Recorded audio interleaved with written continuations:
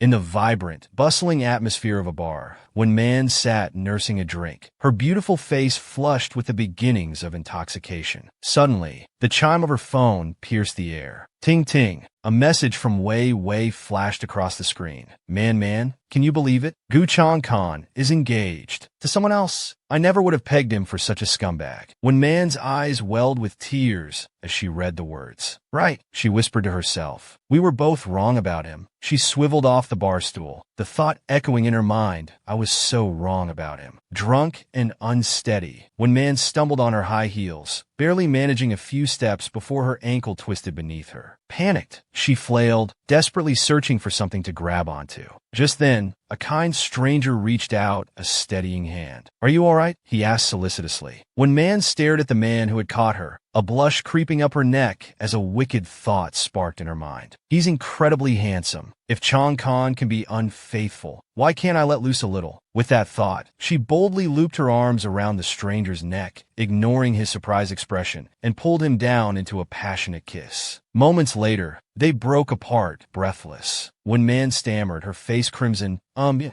her surprise, the man calmly asked, Are you okay, miss? As her mind cleared, when Man realized with a jolt that the man before her was shouting, the country's most brilliant young lawyer, and Gu Chang Khan's future uncle-in-law. Shouting gently pushed her away. It's dangerous to kiss strangers in bars, he said sternly. Once you've sobered up, you should go home. When Man's face darkened, What do I have to lose? She retorted. Without missing a beat, she reached out and tugged at his tie, her expression shifting to one of pleading vulnerability. Stay with me, she begged. She pressed closer, her voice a soft murmur. Don't go. Shouting's lips curved into a faint smile. All right, he replied. Their lips met again, a searing, urgent kiss. Shouting's hand found her back, pressing her against the wall with a soft thud. With a last shred of self-control, Shouting pulled away from when Man's intoxicating kiss. Let's go somewhere else, he suggested. A hotel. When Man shook her head. No, here's fine. He thought to himself, she looks so innocent, but she's surprisingly wild. Their lips found each other once more. Lost in the moment, when Man murmured, You bastard, Gu Chang Khan, Shouting stiffened, his grip tightening on her wrist. Gu Chang Khan, he questioned. When Man's hand flew to her mouth, realizing her mistake. Why did I say his name?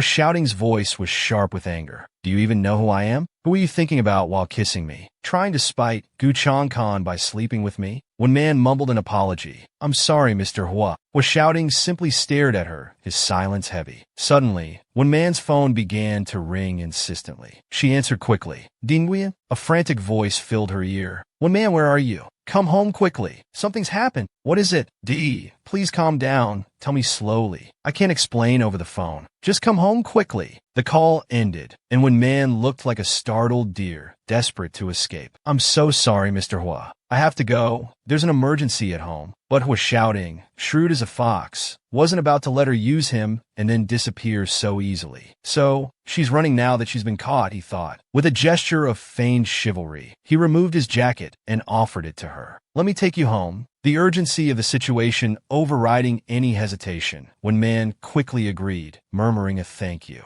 Shouting's luxury car sped down the highway. The silence in the car grew thick with tension until when Man finally broke it. You can stop here, Mr. Hua. Without a word, Shouting pulled over. He then pulled a business card from a thick stack in his car, handing it to her. He said, This is my card. When Man glanced at it, seeing the 3 words Shouting printed clearly. His workplace, Jian Law Firm, was also listed. Memorizing the information, she abruptly turned away. I don't need it, she replied flatly. We won't be seeing each other again. As soon as she finished speaking, the phone in her lap vibrated. The screen lit up, displaying a message from Gu Chang Khan. He was asking about her current whereabouts. Shouting happened to see the message but said nothing. His hand, holding the business card he'd offered, slowly lowered. After putting it away, he said sarcastically, So, your love for him truly is enduring. Still keeping in close contact with your ex-boyfriend's future brother-in-law and fiancé. I see. Although she realized Shouting had misunderstood, when Man didn't bother to explain. He was a stranger. After all, an explanation seemed pointless. By the time she returned home, dusk had settled. The area outside her house was deserted. Not a soul in sight. When Man hurried inside, bursting through the door, Ding Nguyen, I'm back. What happened? She asked anxiously. Ding Nguyen recounted the events with a worried expression. One man, Gu Changkan, is a backstabber. He's accusing your father of embezzling company funds. Your father is currently in jail. When Man was stunned, her face draining of color. The handbag slipped from her grasp and landed on the floor with a thud. Unable to believe what she'd just heard, she stammered, "What?" Ding Nguyen continued, "I told you Gu Changkan wasn't right for you. You wouldn't listen. Now he's climbed the social ladder, dumped you, and is framing your father." Suddenly, an idea struck Wen Man. She needed to call Gu Changkan and confirm if this was true. Frantically searching for her phone in her bag, she quickly dialed his number. "Ding Nguyen, don't panic. Let me ask Gu Changkan."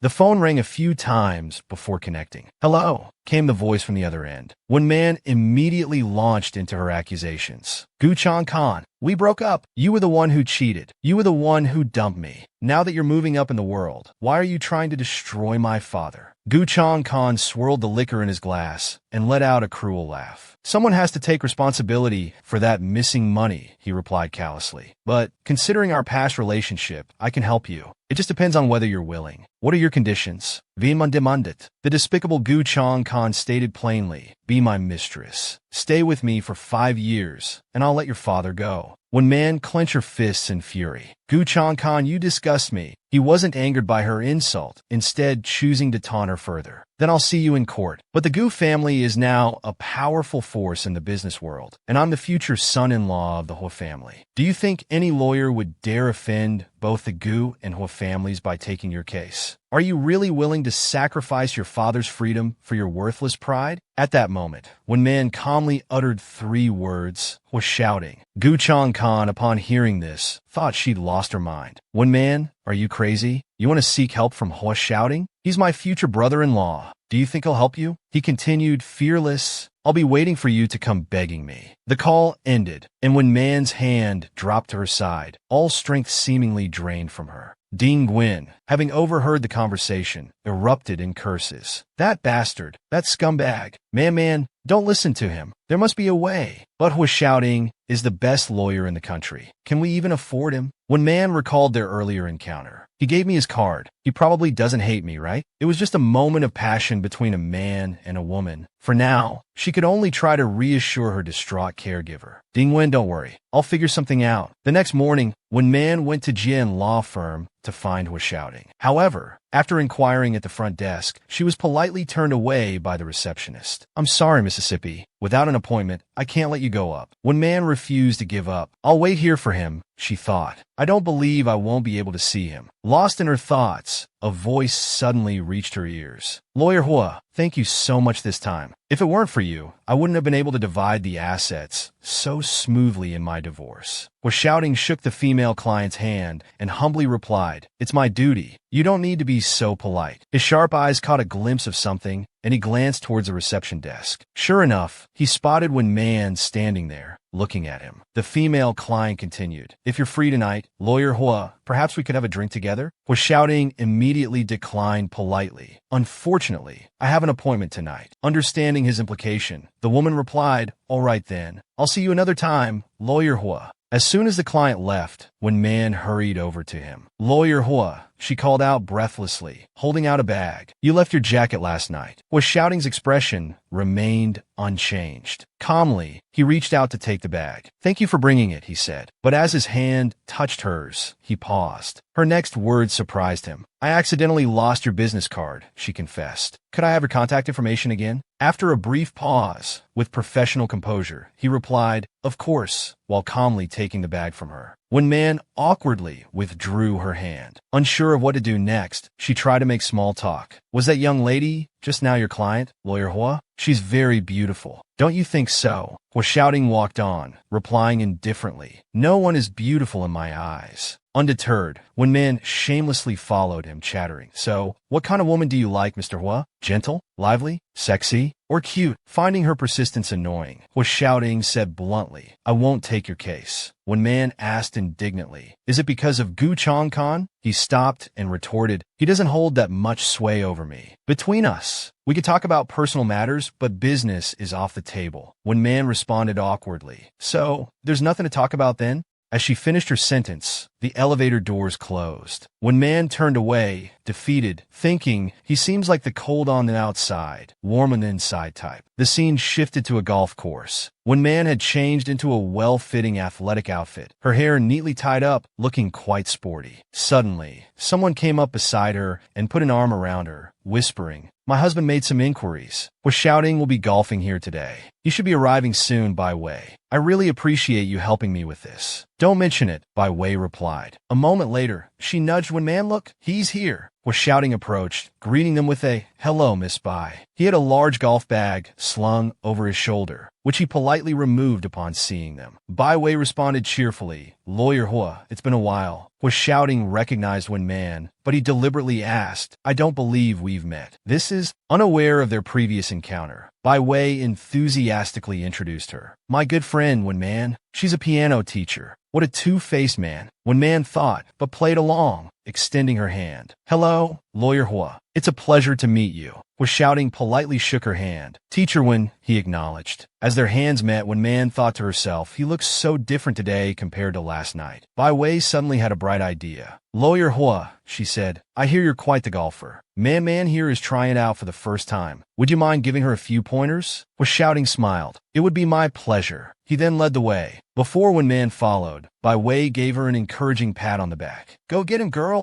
Gu Changkan, watching from a distance, had witnessed the entire scene. He seethed, but could only watch them walk away together, powerless to do anything. Was shouting adjusted When Man's grip on the club, directing it towards the center of the ball. After a moment, sensing the awkward silence, When Man thought, why isn't he saying anything? Finally, she broke the silence. "Lawyer Hua, is my grip correct?" Was shouting stepped closer, taking her arm. He gradually drew her closer, until she was practically in his embrace. "Like this," he instructed, demonstrating the proper hold. Then, he added pointedly, "Teacher Wen, I told you I wouldn't take your case. Don't waste your time." When Man's lips pressed together at his words, feigning ignorance, she looked up at him and asked, "Lawyer Hua, what are you talking about? Isn't this the first time we've met? Do you just not want to teach me?" Was shouting gave her a sardonic look. "You'd better actually be here to learn golf." When Man, committed to her charade, replied without hesitation, "Of course I am." For the next while, they focused on their practice, their earlier barbed exchanges forgotten. When she grew tired, he thoughtfully offered her a bottle of water. A little later, When Man slipped into the restroom to update her gossipy friend, Bai Wei. Bai Wei was delighted. "I can't believe Lawyer Hua is being so forward. He usually keeps everyone at arm's length. Just now, when you were hitting the ball, I thought you two were about to kiss." A moment later, Bai Wei added a cautious note. "But don't get too carried away. Was shouting's family is complicated. It wouldn't be easy." When Man, already aware of this, reassured her friend, "Don't worry. I'm only doing this for my father. I'm not naive." Suddenly, the women's restroom door was kicked open with a loud bang. The perpetrator of this rude act was none other than the despicable Gu Changkan. He strode in, his face dark. Both women were startled by his appearance. Bai Wei asked tentatively, "Gu Changkan, what are you doing here?" Without a word, he shoved Bai Wei out of the restroom, causing her to cry out in alarm. "Are you crazy?" He slammed the door shut and locked it, ignoring Bai Wei's frantic shouts from outside. "Gu Changkan, you jerk! Let When Man go!" Inside,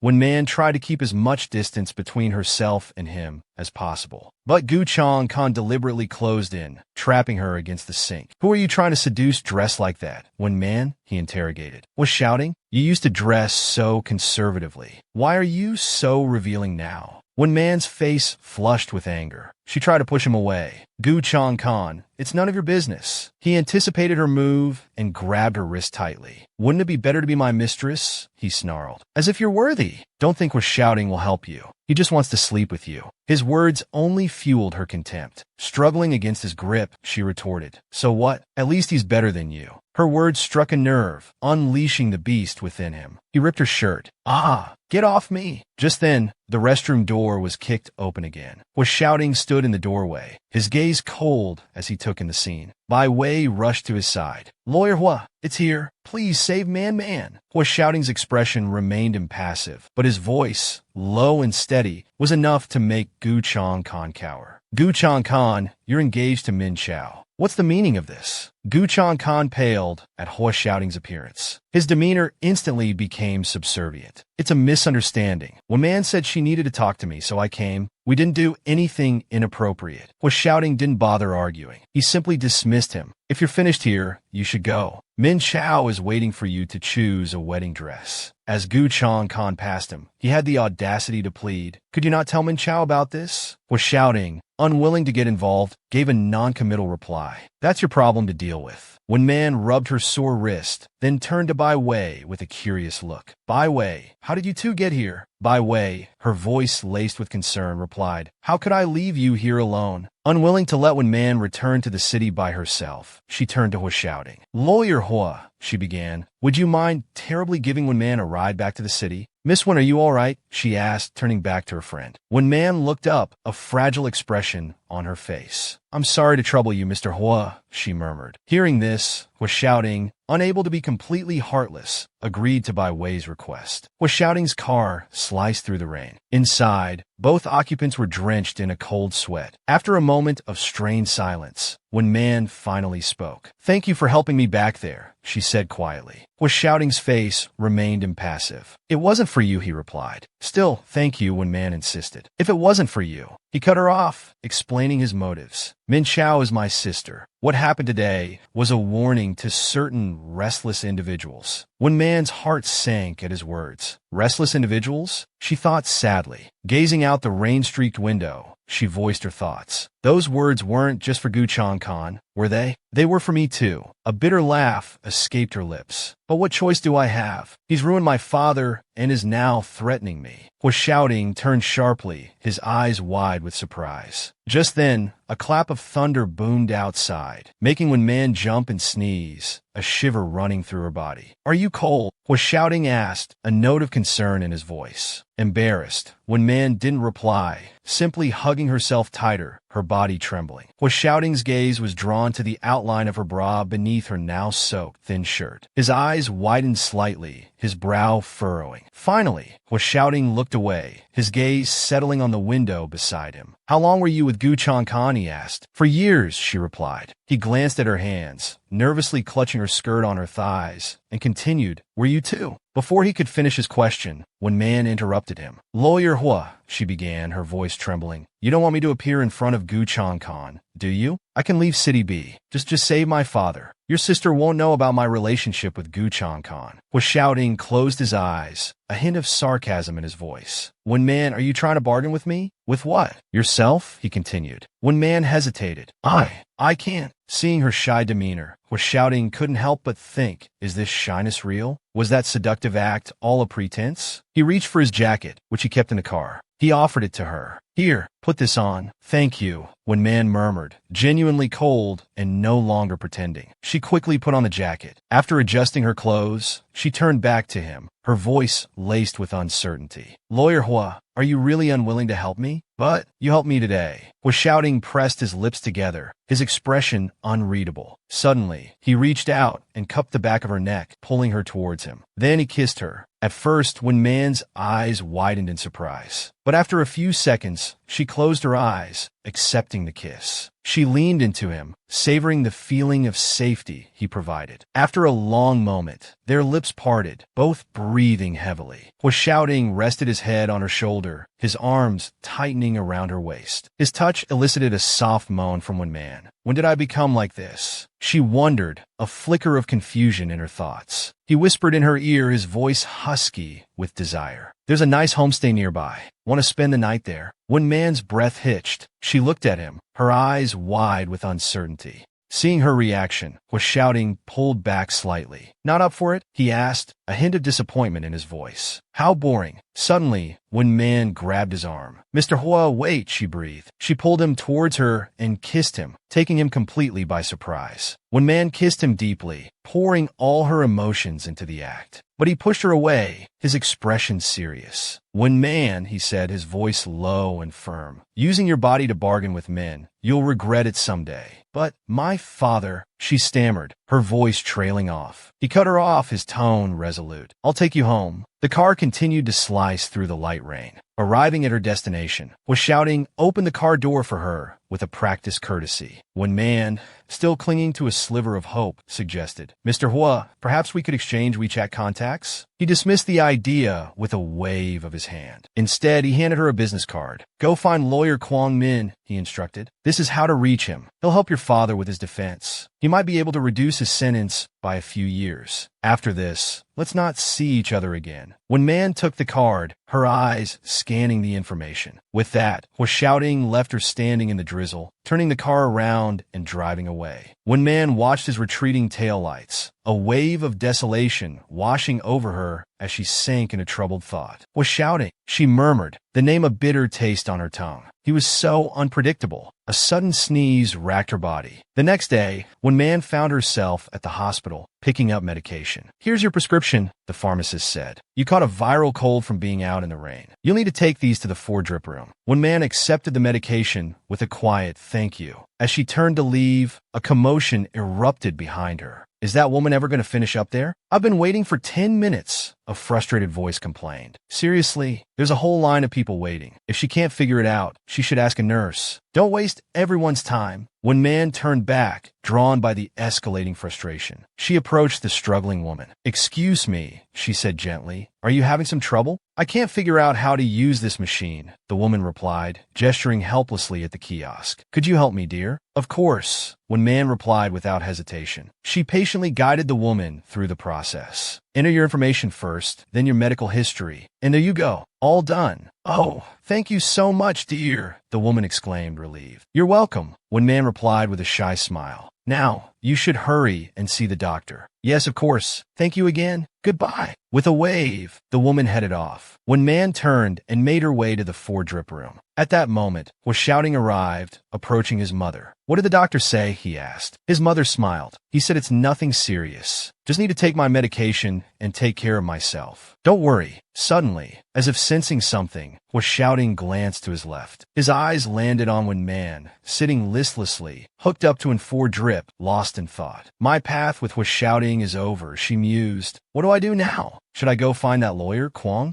Mrs. Hua, noticing her son's intense gaze, asked, Theodin, do you know that young lady? Startled, was shouting quickly composed himself. We've met, he replied vaguely. His mother beamed. Well, what a coincidence. That sweet girl just helped me with the kiosk. I didn't realize you two knew each other. Hearing voices, when Man glanced towards the window. To her surprise, she saw who was shouting standing there, his expression serious, next to the woman she had just assisted. The woman waved enthusiastically at her. When Man rose to her feet, confusion swirling within her. What is he doing here? Wait a minute, could that woman be? In her haste, she forgot about the 4 in her arm. A sharp jolt of pain shot through her arm, forcing her back down into the chair with a hiss. Just then, Mrs. would turn to her son. Theodin, why don't you stay with this young lady? She's ill, and all alone at the hospital. It's so pitiful. I think she's a lovely girl, she continued, her eyes twinkling. You're not getting any younger, you know. If you find someone suitable, you should settle down. With that, she plucked the bag of medicine from Hua Shouting's hands. I'm leaving now. Good luck, she said with a wink, leaving a bewildered Hua Shouting behind. If Mother knew she was Gu Chong Khan's ex-girlfriend, Hua Shouting thought wryly, I wonder if she'd still be so eager to play matchmaker. When Man, noticing someone sit down beside her, turned to see who it was. Her eyes widened in surprise when she realized it was Hua Shouting. Why didn't you leave with your mother? She asked, bewildered. Hua Shouting, misinterpreting her question, responded with a sardonic edge. Because thanks to you, I can't leave now, Miss Son. Your schemes are truly endless. I suppose I wasn't clear enough in my rejection. What do you mean by that? When Man retorted, stung by his words. Then, realization dawned. He thought she had deliberately come to the hospital to engineer a meeting. She bristled, firing back. Then why do you keep giving me opportunities to approach you, Lawyer Hua? This time, it was Hua Shouting's turn to be surprised. She actually dared to talk back. It seemed this little kitten had claws after all. Just then, a nurse approached, announcing it was time to change the 4 bag. Hua Shouting, ever observant, inquired, Excuse me, how many more bags are left? When it's almost empty, press the button and someone will come to remove the needle. A while later, the medication made when Man drowsy. She fought to stay awake, her head bobbing involuntarily. As a few men passed by on their way to appointments, they couldn't help but turn back, captivated by her delicate beauty. A flicker of something akin to jealousy sparked in Hua's shouting. He looked at her with a hint of reproach. So oblivious to her own allure, he thought. Only she could be so unintentionally captivating. Despite his annoyance, he softened, draping his jacket over her legs, ensuring not a sliver of skin was visible. He even paused to scrutinize his handiwork, satisfied only when she was completely covered. Lost in the world of dreams, when Man swayed slightly, her head tipping precariously. Slowly, it came to rest against his shoulder. Finally, she drifted into a peaceful slumber, her head nestled comfortably against Hua's shouting. Instead of pushing her away, he gently adjusted her head, ensuring her position was comfortable. Sleeping so soundly, he mused, utterly without a care in the world. She doesn't even seem worried about being taken advantage of. An hour ticked by before when Man's eyes fluttered open. Hua shouting, wanting to mask his moment of tenderness, feigned gruffness. "How long do you intend to lean on me?" His words, especially coming from him, sent a blush creeping up when Man's cheeks. Mortified, she straightened up. Quickly, they left the hospital parking lot. In the car, when Man murmured her gratitude. "Thank you for looking after me," was shouting, preoccupied with a phone call, answered distractedly. It was nothing. "Go home and get some rest." He then turned his full attention back to the call, his expression growing increasingly tense. "Hello? Yes, I understand. I'll be right there." Ending the call abruptly, he turned to When Man, "I need to stop by my apartment to pick something up. I'll take you home after." When Man, unable to protest, simply nodded, taking a single woman back to his apartment. What does he intend? She wondered uneasily. Soon, they arrived at Hua Shouting's apartment. He ushered her inside, gesturing towards the sofa. "Wait here for me," he instructed. With that, he disappeared into his room, phone pressed to his ear. When Man noticed her own phone on the table, but left it untouched. After an hour of restless waiting, she began to fret. It's been so long, she thought. Why hasn't he finished? Anxiety gnawing at her. She cautiously approached his door and pushed it open. She found him sitting dejectedly on the edge of his desk, a glass of red wine beside him. Why does he look so despondent? She wondered, drowning his sorrows in alcohol. Is he pining for someone? Deciding not to disturb him, she began to quietly retreat. Before she could escape, however, strong arms wrapped around her waist, pulling her back. His voice, laced with accusation, whispered in her ear, "Where do you think you're going? You came here, expecting something to happen between us, didn't you?" he murmured. When Man remained silent. He's drunk, she realized. His mind is clouded. Even if something happens, he probably won't remember it in the morning. But I can't escape his grasp. His warm breath against her ear sent a shiver down her spine, her face burning with shame. Perhaps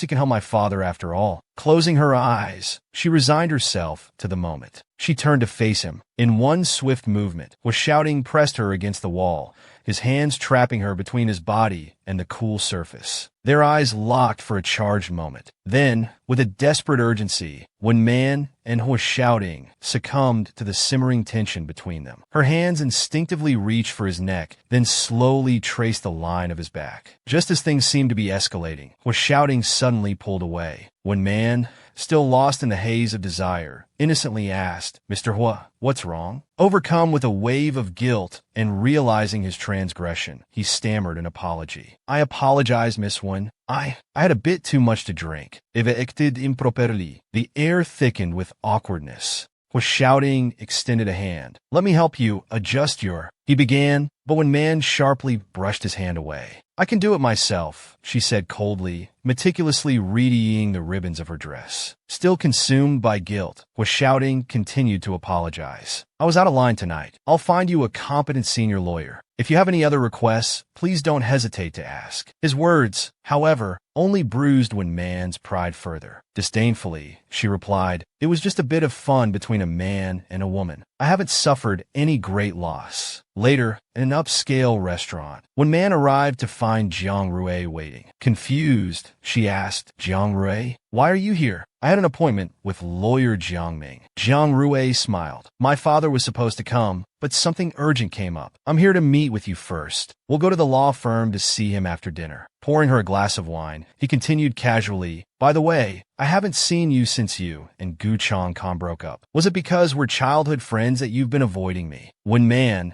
determined to stay focused on her purpose, refused to answer his personal questions. Undeterred, Jiang Rui pressed on. "Write about your father's case. My father has everything arranged. Optimistically speaking, we can reduce his sentence by 2 years." When Man thought to herself, even an experienced lawyer like Jiang Ming can only get 2 years. If I want my father declared innocent, I'm afraid only Hu Shouting can do that. "Do you have a reservation?" a waiter inquired. Gu Chang-kan, accompanied by Huo Mingzhu, walked in. "Yes, we do," he replied. When Man's eyes widened at the sight of them. "How unlucky can I get?" she thought. To make matters worse, Jiang Rui called out, "Gu Chang-kan, what a coincidence," forcing Wen Man to hide behind her menu in embarrassment. Gu Chang-kan, spotting Wen Man, frowned. "What is she doing with Jiang Rui?"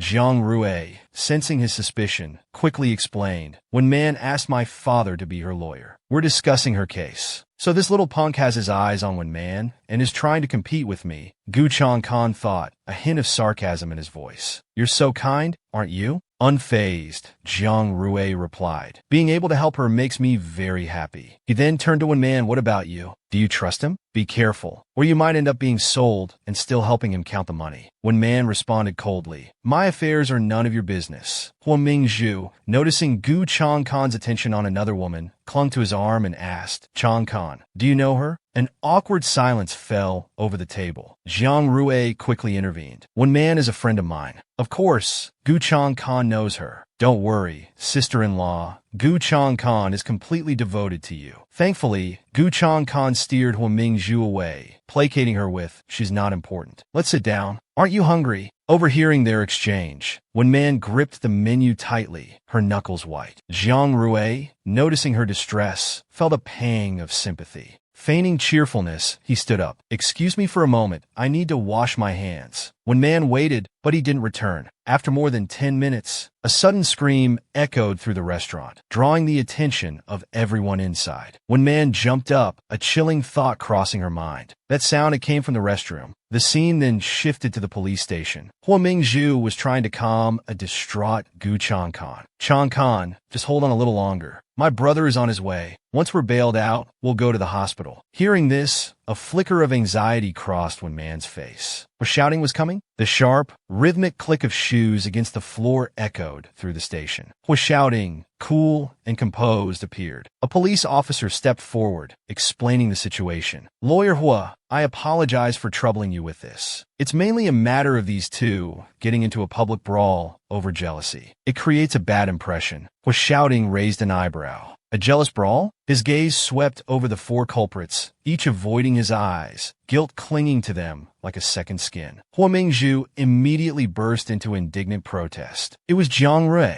He was mocking me, so Chang-kan hit him. It wasn't about jealousy at all. Chang-kan loves me. He would never fight over another woman." Huo Shouting's voice was laced with skepticism. "Is that so?" The question clearly struck a nerve with Gu Chang-kan. Jiang Rui had, in fact, approached him earlier, asking, "Now that you and Wen Man have broken up, you wouldn't mind if I pursued her, would you?" The officer handed Hua Shouting a document. "Lawyer Hua, this is the bail form. If you'll just sign here, they're free to go." Hua Shouting signed the document without hesitation, the scratch of his pen loud in the sudden quiet. His sister, however, was focused solely on Gu Chang-kan. "Chang-kan, let's go to the hospital." Jiang Rui, attempting to salvage some dignity, offered a quick, "Thanks," shouting, "I'll treat you to dinner sometime." Hua Shouting brushed him off. "Go ahead, Jiang Rui. I need to speak with Miss Wen." Jiang Rui, with a lingering glance at Wen Man, added, "I'll wait for you in the car." Once they were alone, Hua Shouting stepped closer to Wen Man, looking down at her with a sardonic glint in his eyes. "Miss Wen, you certainly have a knack for attracting trouble, don't you?" Wen Man, refusing to be intimidated, retorted, "Lawyer Hua,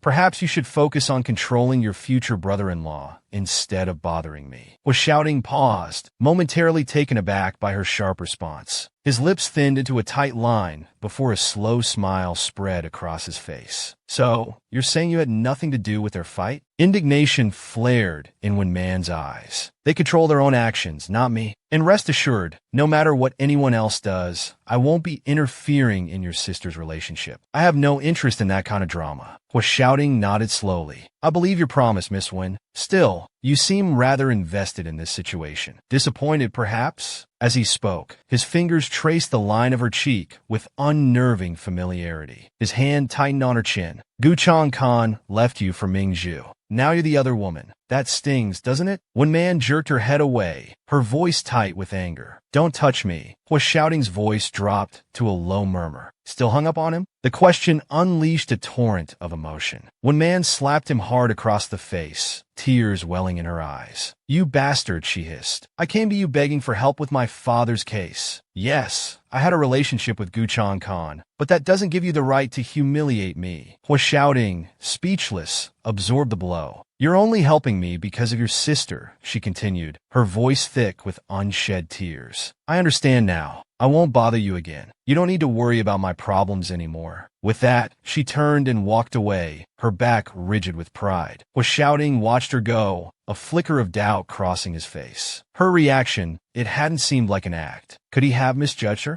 Jiang Rui's car sped down the highway. Wen Man, glancing at the cut on his face, murmured, I'm so sorry, Jiang Rui. I dragged you into this. He offered a weak smile. It's nothing. It wasn't your fault. Silently, he cursed his luck. He'd thought that with Wen Man and Guchang Khan broken up, he finally had a chance. Now, with Hua Xiaoting in the picture, things were complicated again. He pulled up to her apartment building. Leaning against the car, he confessed, Wen Man, if we were together, I could protect you. She offered a gentle deflection. Once my father is out, I'm leaving this city. I'm not thinking about relationships right now. Jiang Rui, suppressing the ache in his chest, ushered her towards the building. Just kidding, he said, forcing a lightness he didn't feel. You thought I was serious? It's freezing. Go inside. Don't worry about your father. I'm here for you. Wen Man, oblivious to the depth of his feelings, offered a quick goodbye. Okay, I'm going in. Drive safe, Jiang Rui. The interior of the apartment building was pitch black. Wen Man walked cautiously, a prickle of unease running down her spine. Why hasn't the building manager fixed the lights? She muttered to herself. Suddenly, a hand shot out from the darkness, clamping over her mouth. A dark figure pressed against her, an arm tightening around her waist, pinning her arms to her sides. She struggled, unable to make a sound. Finally, wrenching herself free, she lashed out, a resounding slap echoing in the darkness. Let go of me, she screamed. At that moment, the hallway lights flickered on. It was Guchang Khan. He stared at her, leaning against the wall, chest heaving. So, he sneered, rubbing his stinging cheek. I see you're easy. Anyone will do, right? Wen Man, her voice laced with venom, met his gaze. Yes, she spat. Anyone but you. He lunged, his hands tightening around her throat. You bitch! She glared at him, unflinching. After everything you've done to me, she choked out. What is there left to be afraid of? His grip loosened, a flicker of pain crossing his face. He stepped back, his voice pleading. Just leave, he said. I'll buy you a house, somewhere else. Your father will be fine. Just go. Wen Man clenched her fists, her voice trembling with rage. You orchestrated all of this, she accused, just to make me your mistress? Suddenly, a broom slammed against Guchang Khan's head, followed by a furious shriek. You bastard! The Wen family doesn't sell their daughters. I'll kill you. He easily snatched the broom from Aunt Wen's grasp. He turned back to Wen Man, his eyes glinting with menace. Crossing me is a bad idea. You haven't experienced homelessness yet, have you? He threw the broom to the ground with a clatter. Aunt Gwen, her face etched with worry, turned to Wen Man. What are we going to do? Wen Man watched him go, her expression hardening. Don't worry, Aunt Gwen, she said firmly. I'll take care of it. 2 official seals appeared on the apartment door. Wen got paid? That bastard Guchang Khan. He actually sealed our apartment. She turned to Wen Man, her voice frantic. It's okay if we're homeless, but your father needs that money. Wen Man placed a reassuring hand on her arm. I'll handle the money, Mom. I've asked friends to help me find some part-time jobs. Don't worry. Bai Wei's words echoed in her mind. With your current resources, unless you find someone who can overpower Guchang Khan, you won't be able to fight him. Someone who can overpower Guchang Khan only was shouting. The melodic strains of a piano filled the elegant hall. When Man closed her eyes, lost in the music. She poured her heart into the performance, her fingers dancing across the keys, weaving a spellbinding melody that captivated the audience. A woman in the audience murmured appreciatively, "That pianist has such presence, much more than those other girls. A beautiful woman playing beautiful music, such a delight." Was shouting, overhearing the crude remark from the man beside him, shot him a warning glance.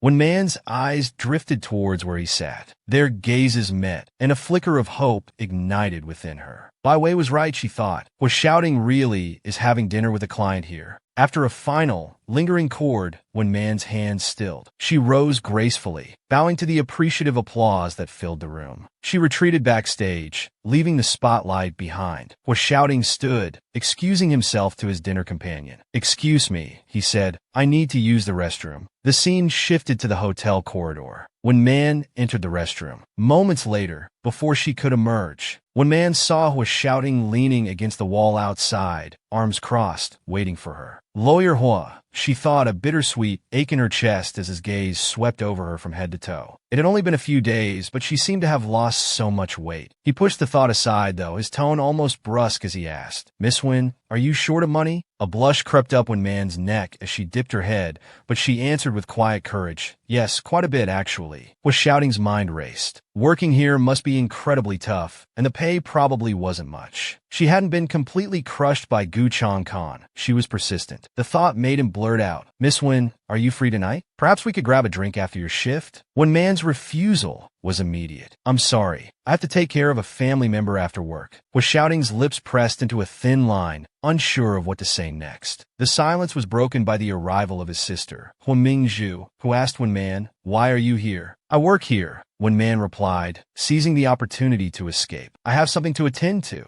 so I won't be able to keep you company any longer." As she walked away, was shouting turned to his sister, a frown etching itself onto his face. "Why are you here, Mingzhu?" "You said you'd take me for late-night snacks," she replied. "I was craving some, so I came to find you." By the time When Man had finished her tasks and reached the hotel entrance, the rain was coming down in sheets. Without hesitation, When Man shielded her head with her hand and ran through the downpour. Watching her, Huo Mingzhu commented indignantly, "That boyfriend of hers, Jiang Rue, is useless. He's not even here to pick her up in this weather." Was shouting corrected her. "Jiang Rue is pursuing her, but she hasn't agreed to be his girlfriend." Huo Mingzhu, noticing the sharpness in her brother's tone, turned to study him. Is someone jealous? Could it be because of When Man? He's always only had eyes for her. This is the first time I've seen him lose his composure over another woman. Maybe I should play matchmaker. When Man reached the roadside and hailed a taxi. Once inside, she gave the driver her destination. "Excuse me, could you take me to the hospital instead?" Only then did she let out a sigh of relief. The taxi sped through the rain-swept streets. At that very moment, Was shouting's car passed by in the opposite direction. He caught a glimpse of her, asleep and exhausted, and a wave of protectiveness washed over him. He wanted to hold her close, to shield her from the storm raging both inside and outside the cab. Long after Was shouting's car had disappeared, When Man slowly opened her eyes. A small smile played on her lips as she thought, it seemed Xiao Wei was right. Playing hard to get is more effective than chasing after him like I used to.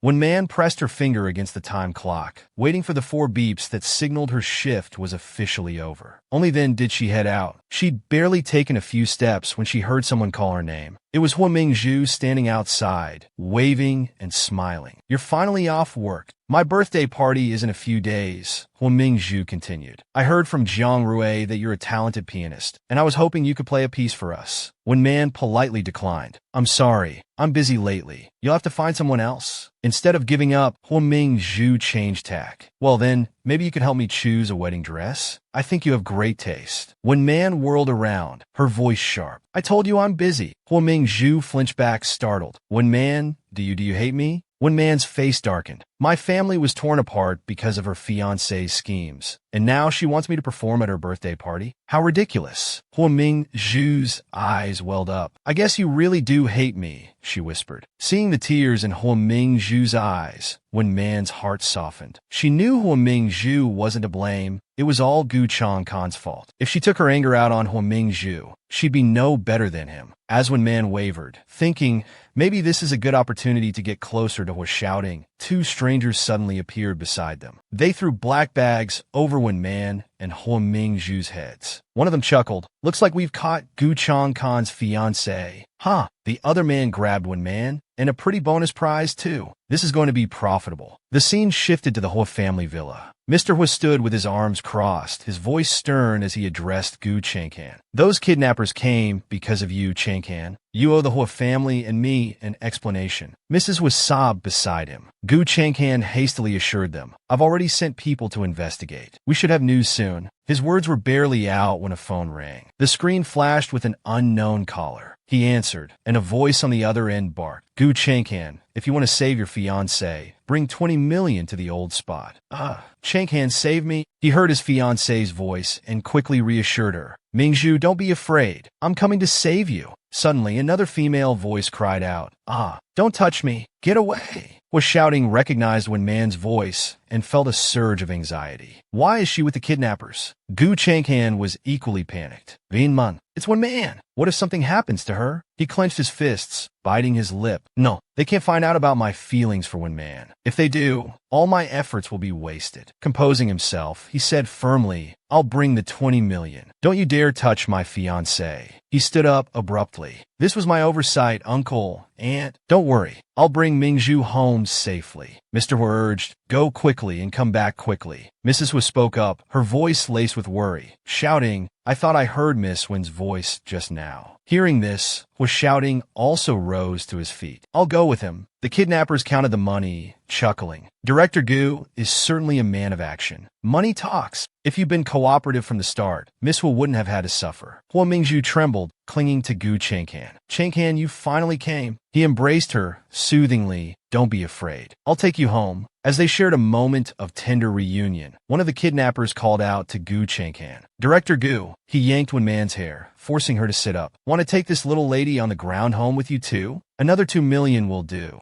Wen Man, tears streaming down her face, looked at him, unable to speak. Gu Changkan, save me, but his brow furrowed. He glanced at Hua Mingzhu, worry etched on his face. Shouting already suspects me. I can't let Mingzhu find out about Wen Man and me. If the engagement is broken, years of work will be for nothing. In the end, ambition triumphed over love. He decided to abandon Wen Man, turning to leave with Hua Mingzhu. He said coldly, I don't know her. Wen Man's tears fell unchecked as she stared at him. Gu Changkan, you're so cruel. The kidnapper, enraged at the lost income, yanked her hair harder. Worthless trinket. His gaze turned predatory. Have some fun with her boys. Wen Man, seeing their leering faces, cried out in despair, Don't come near me. Don't come near me. Suddenly, a rock struck the blonde kidnapper in the head. He spun around, clutching his head in pain and anger. Who did that? A flicker of hope ignited in Wen Man, was shouting, Is he here too? He toyed with the rock in his hand, a sardonic smile playing on his lips. Miss Wen, every time I see you, you seem to be in some sort of predicament. Wen Man's eyes, wide with tears, pleaded with him. Was shouting. The kidnappers, initially brazen, paled as they heard the sound of sirens approaching. Panic set in, and they turned to flee. The police! Run! Was shouting walked over to Wen Man and cut her bonds. He offered his hand, his voice gentle. Can you stand? Wen Man rubbed her sore wrists and, without hesitation, grasped his hand, pulling herself up with a small cry.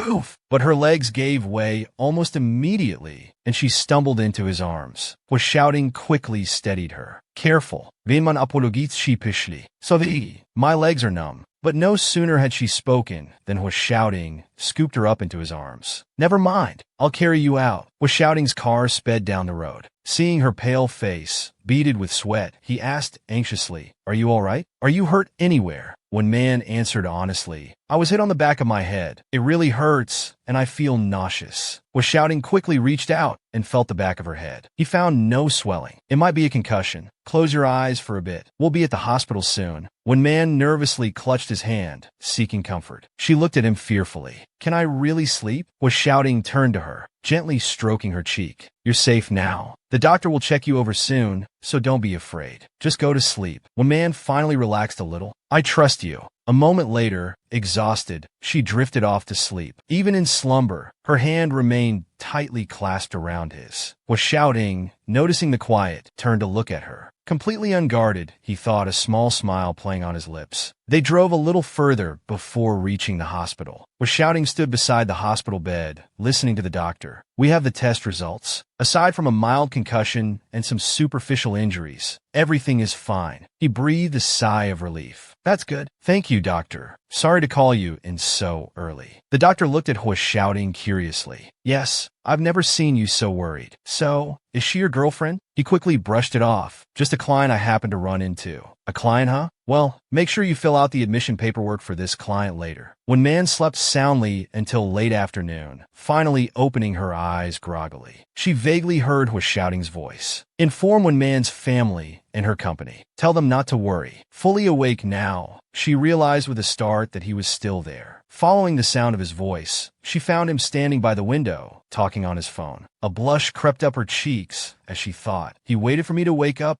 He had, of course, noticed she was awake. Giving her a moment to collect her thoughts, he turned after ending his call and asked directly, seen enough? The question mortified her, sending her diving under the covers. Shouting sat on the edge of the bed and scolded gently. What are you hiding from? You have a concussion, and now you're suffocating yourself. Don't come crying to me if you turn into a vegetable. When she peeked her head out, he continued, do you want some water? She didn't answer, still embarrassed. Thankfully, he showed some compassion and handed her a glass. Thank you, When Man murmured, her impression of Shouting improving slightly. He's actually quite thoughtful. Seeing her attempt to drink on her own, he spoke firmly, don't move. I'll hold it for you. He then informed her, the doctor said you need to rest. I've already notified your family and your company. Just focus on getting better for the next couple of days. When Man, touched, said, thank you for taking care of me. Shouting brushed it off. It's nothing. You're a patient. Just then, the doctor from earlier walked in, teasing Shouting. How's our client doing? His appearance made the atmosphere awkward, and both of them blushed. When Man replied, I'm feeling much better, thank you.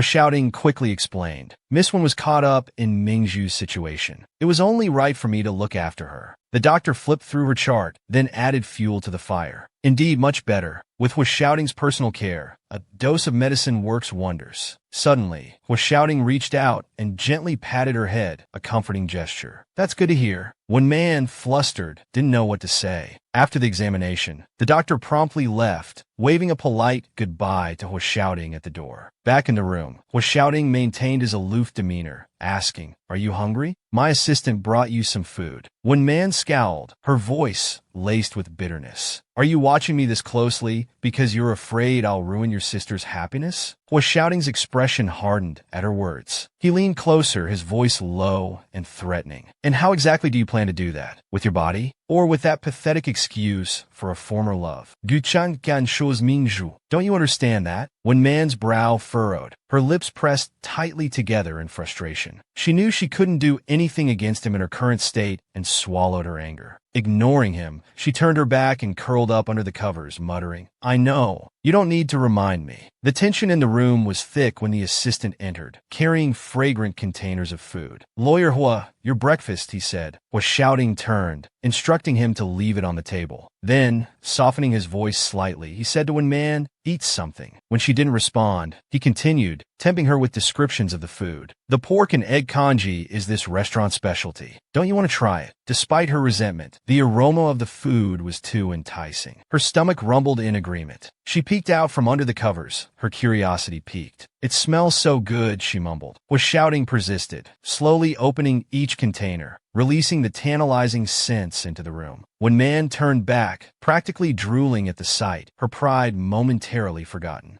Shouting, witnessing her reaction, was momentarily speechless. He gently helped her sit up, his voice laced with amusement. All right, don't be so dramatic. Being hungry isn't worth it. When Man glanced at the beautifully arranged food on the table, her mood finally improved. She thought to herself, surprised, he actually remembered my favorite dishes. How thoughtful. Her attitude softened. Lawyer Hua, she said gratefully, thank you. I was being petty before. He looked at her with a hint of skepticism. Really? She nodded firmly. Yes. Shouting said nothing more, a small, satisfied smile playing on his lips. He picked up his phone and turned to leave. You're welcome, he said. Now eat. I have a video conference to attend. A short while later, when Man had devoured the entire meal, happily sprawled on the bed, feeling content. Suddenly, the door creaked open. Thinking it was Shouting, she looked towards the entrance. That was fast, she said, but it wasn't with shouting. It was Gu Chang-kan, a sinister smile on his face. It's me, he said. Disappointment washed over Wen Man. Her face hardened with disgust. What are you doing here? She snapped. Last night, I had no choice, he said, reaching into his pocket and pulling out a small box. He opened it, revealing a diamond ring the size of a small cherry. This is my apology, he offered shamelessly. If you agree to be my mistress, I'll let your father go. Disgusted by his audacity, Wen Man's face darkened. You're dreaming, she spat, refusing his proposition outright. He began to threaten her. You don't have a choice. You have to accept. She pointed towards the door, her voice filled with loathing. You disgust me. Get out of here. Take your things and leave. Don't dirty my room. Humiliated,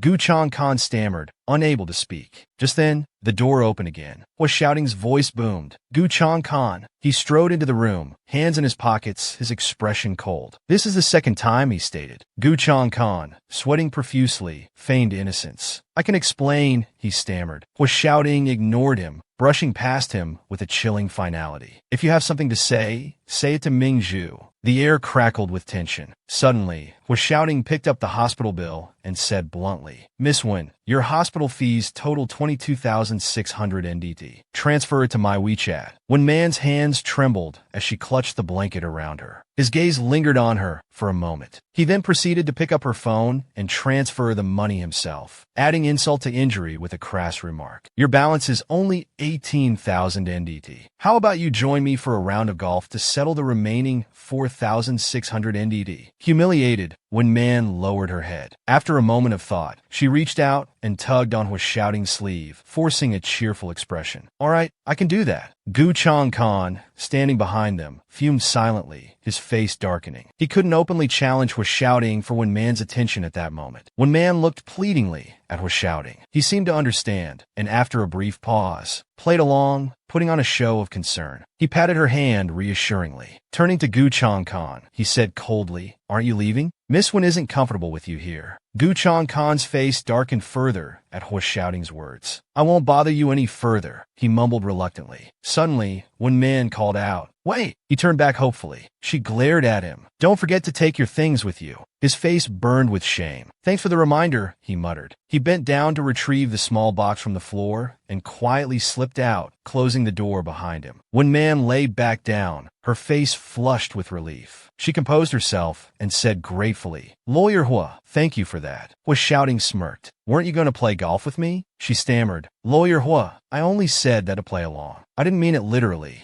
He continued to stare at her intently, as if she were a delicious meal he was about to devour. Flustered, Wen Man turned away. Why are you looking at me like that? She asked. He gently cupped her face in his hands. Why can't I? He challenged. Her heart pounded in her chest, and beads of sweat formed on her temples. Hua Xiaoting, she whispered. He leaned closer, his voice a low murmur. Not calling me Lawyer Hua anymore? His words seemed to mesmerize her. She closed her eyes, anticipating a romantic kiss. But reality wasn't a romance novel. Wen Man, Hua Xiaoting said, Open your eyes. Look at me. She opened her eyes, blushing. He suddenly kissed her passionately. Though she had anticipated it, she was still startled by his boldness. He pushed her down onto the bed, and they were about to get lost in the moment. She didn't resist, wrapping her arms around him. Just as things were heating up, he pulled back, his voice laced with concern. Wen Man, are you sure you want to do this here? She didn't answer, continuing to kiss him. A wave of disappointment washed over her. Years of feelings, all for nothing. Might as well be reckless just this once. Hua Xiaoting abruptly stopped and pushed her away. Miss Wen, he said gently, you've been injured and hospitalized. We shouldn't be doing this. Wen Man's face burned with embarrassment. How many men can actually stop at a moment like that? She pulled the covers over herself, muttering, You were the one who started it, and now you're blaming me. Men, honestly. Seeing her reaction, Hua Xiaoting adopted a serious tone. All right, I won't tease you anymore. She peeked out from under the covers. Good, she replied playfully. Suddenly, his gaze shifted, his eyes flicking towards the door.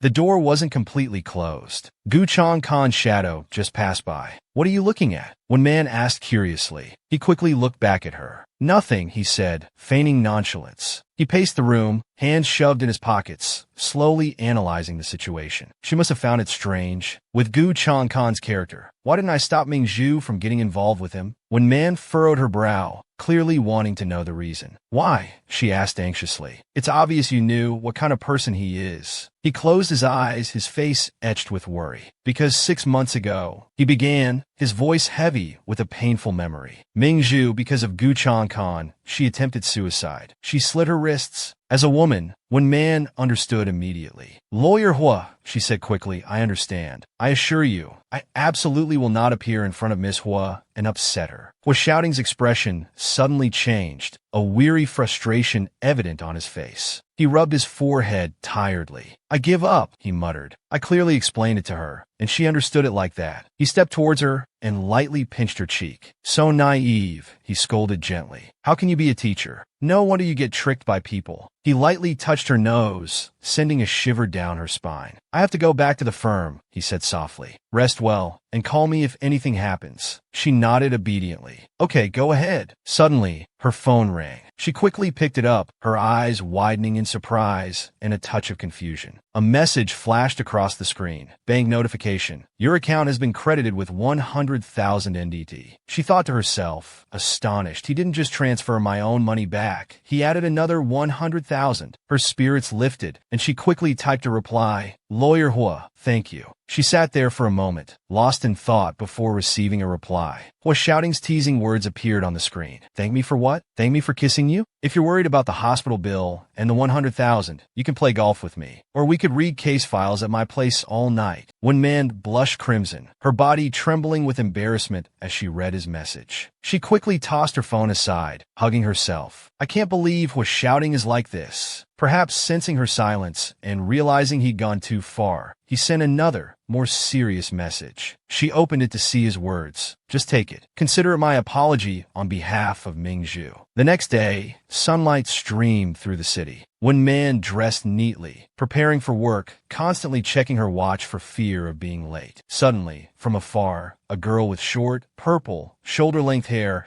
and an unfriendly expression called out her name. When Man, the girl, Gu Xingxing, Gu Changkan's younger sister, demanded, Why are you here? Don't tell me you knew I had an appointment with the Hua family today and deliberately came here to sabotage my brother's affairs. When Man remained calm, replying, Have some shame. This isn't the Gu family hospital. Why can't I be here? Just then, Mrs. Gu arrived, pulling her daughter back while sneering at When Man. Our Changkan has his own happiness now. You should think about yourself. Stop clinging to him. When Man wasn't one to back down. Don't worry, she retorted. I won't cling to a dead tree, especially not a rotten one like Gu Changkan. Gu Xingxing, enraged, raised her hand, intending to strike When Man. When Man swiftly caught her wrist in midair, her eyes flashing a warning. This is the Hua family hospital. If you lay a hand on me and Hua Ming Zhu finds out, Gu Changkan won't have a good time. Hearing this, Mrs. Gu restrained her daughter. Xingxing, let it go. We have more important matters to attend to today. No longer wanted to argue with the pair, When Man quickly left. She waited at the main entrance for a while. A familiar voice called out, When Man, making her turn around in surprise. Talk about a narrow road. The person who appeared was none other than Gu Changkan. That wretched excuse for a man. He angrily asked her, Are you interested in Hua Xiaoting? When Man retorted sharply, I should thank Director Gu for the reminder. Compared to being your nauseating mistress, being with Hua Xiaoting is much more comfortable. He looked skeptical, continuing his interrogation. But in your current state, why would he help you, When Man? Hua Xiaoting isn't someone you can control. You'll regret this someday.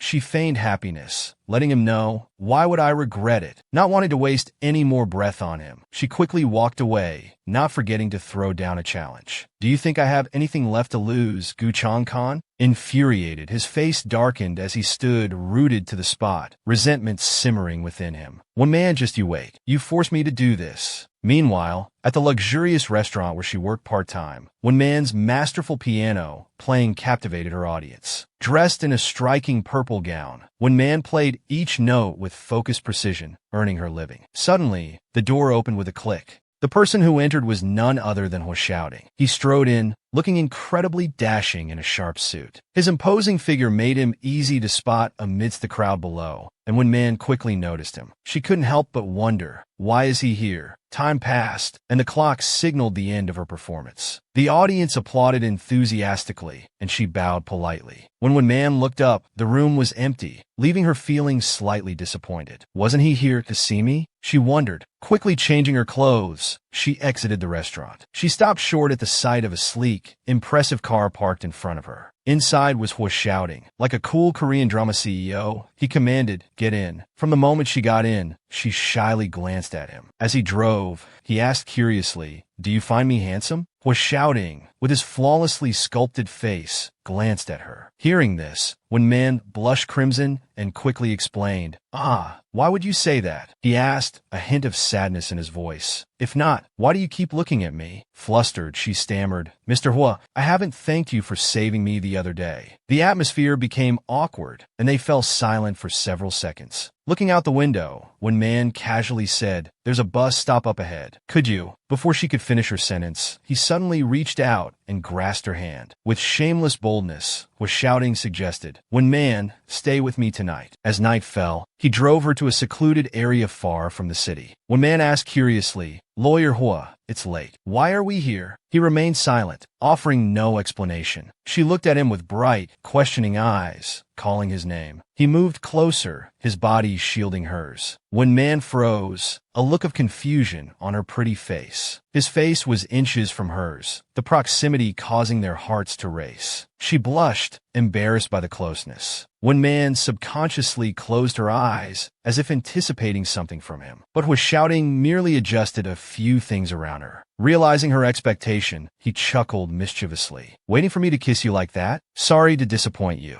I was just adjusting your seat." Annoyed, she turned her head away, pouting. "Who's waiting? Don't talk nonsense." Seeing her misunderstanding, Hua Xiaoting relented. All right, I won't tease you anymore. Look up." When Man obeyed, and looking up through the open roof of the convertible, she gasped. "The stars are so beautiful." He put his arm around her, gazing up at the sky with her, and finally answered her earlier question. "I discovered this place a while ago. Whenever I'm tired, I come here." She looked at him incredulously. "You get tired?" He retorted, slightly annoyed. "You know I'm human, right?" "Of course. There are times when I feel powerless." Hua Xiaoting looked at her with tender eyes and asked, "So, you don't think I'm as invincible as the rumors say? Has the filter broken?" When Man looked back at him and quickly explained, "No, it's not that. It's just that you seem more real like this." She gazed at him intently, a thought suddenly blossoming in her mind. "And closer to me." He noticed a flicker of something in her expression. "When Man," he said, "you're acting strange." Suddenly, Hua Xiaoting reached out and gently touched her cheek, making When Man's breath catch in her throat. What is he doing? She wondered. He cupped the back of her neck and kissed her deeply, leaving her no chance to refuse. Their eyes met, locked in a heated gaze. A blush crept up both their faces, the air between them thick with unspoken tension. Hua Xiaoting pressed closer, his voice husky. "Why so obedient this time? Are you repaying me? Or are you enjoying it too?" When Man feigned annoyance at his question. "If I weren't enjoying it," she retorted, "you should be worried about your charm." Hua Xiaoting chuckled, as if just realizing a hidden side of her. "I never knew you had such a sharp tongue, When Man," she calmly explained, deflecting his teasing. "Even rabbits bite." This is a normal reaction. Remembering how long they'd been out, she reminded him, "It's getting late. Eng Wen is waiting for me at home. Can you take me back?" Hua Xiaoting simply replied, "Yes." The scene shifted to When Man's apartment complex. As she stepped out of the car, she said, "We're here. You should go home and rest too." He responded with a reluctant, Hua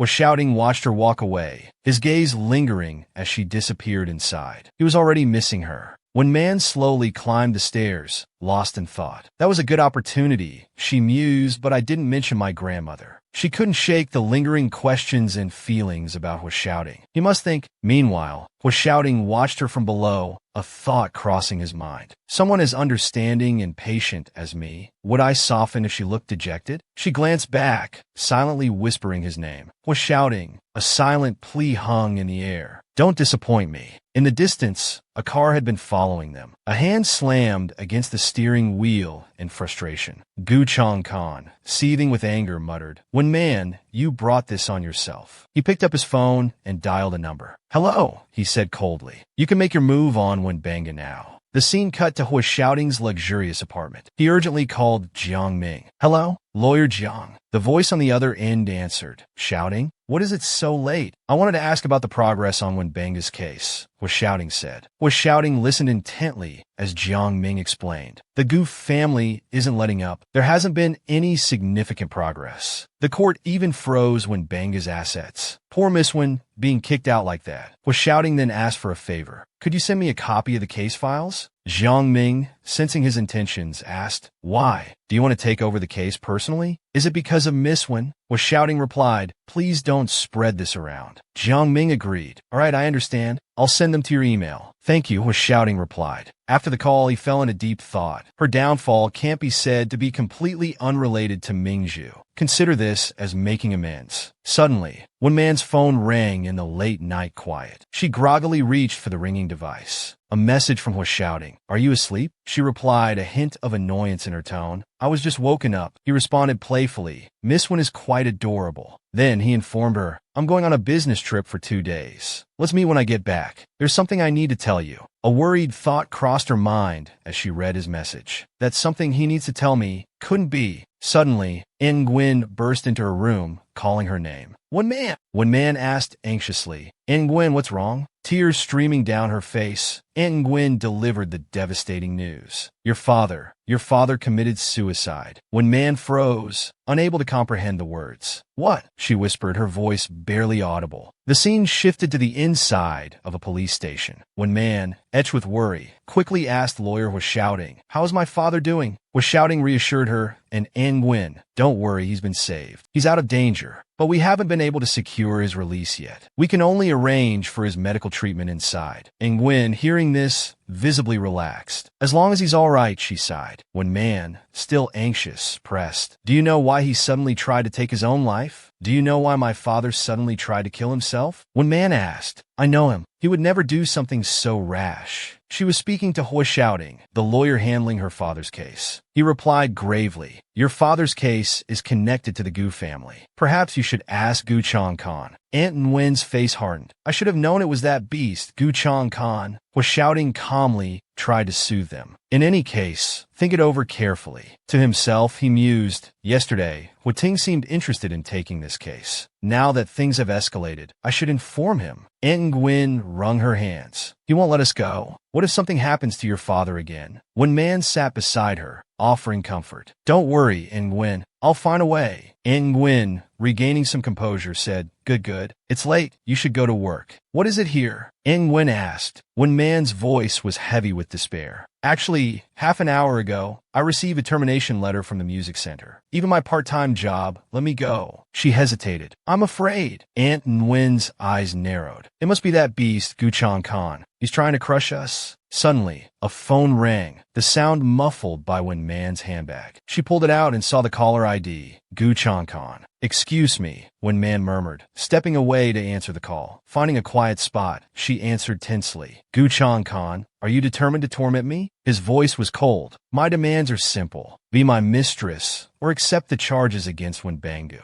The moment he finished speaking, Wen Man hung up, refusing to hear another word. Frantically, she dialed Hui Xiaoting. She waited, her anxiety growing with each ring. Hui Xiaoting, "Please pick up." The automated voice on the other end crushed her hopes. "The number you have dialed is currently unavailable. Please leave a message after the tone." Defeated, Wen Man leaned against the wall, her thoughts racing. "Father, what am I supposed to do?" The sky outside remained a serene blue, oblivious to her turmoil. 30 minutes crawled by. She returned to where she'd left Nguyen, but she was gone. "Nguyen," she called out, a knot of dread tightening in her stomach. A steely resolve hardened her gaze. Then her face fell, a chilling realization dawning. She looked around frantically, whispering, "Please don't do anything foolish." The scene cut to the Gu Corporation building. Wen Man burst through the doors, her voice panicked. "Where is she? I need to find her. Nguyen." Wen Man cried. She saw her, and relief flooded her. quickly replaced by a chilling fear as she saw the situation. Nguyen was being held captive by Gu Changkan. When Man rushed to Aunt Nguyen, embracing her tightly. Nguyen, don't be afraid. I'm here. Aunt Nguyen clung to her, her voice trembling. If I kill him, he won't be able to hurt you anymore. Gu Changkan clutched at a wound, his voice laced with reproach. Don't you see I'm bleeding, Wen Man? Don't you care about me anymore? Wen Man's eyes pleaded with him. Gu Changkan, please let me go. Gu Changkan stared at her surprised. Wen Man! She fell to her knees, tears streaming down her face. Mr. Gu, President Gu, I was young and foolish. I didn't know what I was doing, clinging to you like that. Her voice was choked with regret. Please, for the sake of how I treated you before, spare my father. Spare Nguyen, she begged. Gu Changkan leaned closer, his voice a low murmur. Come back to me. Otherwise, he reached out, wiping the tears from her cheeks. I can't guarantee what I'll do. When Man recoiled, slapping his hand away, she scrambled to her feet, her voice rising to a scream. You're a monster. His eyes glinted with malice. Very well. When Man, don't blame me for not giving you a chance. He turned sharply, barking orders at a subordinate. Call the police. Tell them Nguyen attempted murder. She clutched at his shirt, trying to stop him. When Man pleaded desperately, her voice laced with helplessness. I'm sorry, Gu Changkan said, feigning remorse. He acknowledged her plea, then delivered a calculated blow. The security cameras here are malfunctioning. It will take 2 days to repair them. A spark of hope flickered in her eyes. Come to my villa tonight, she offered, her voice regaining a measure of composure. I want to hear you play the piano. When Man received a curt nod in response,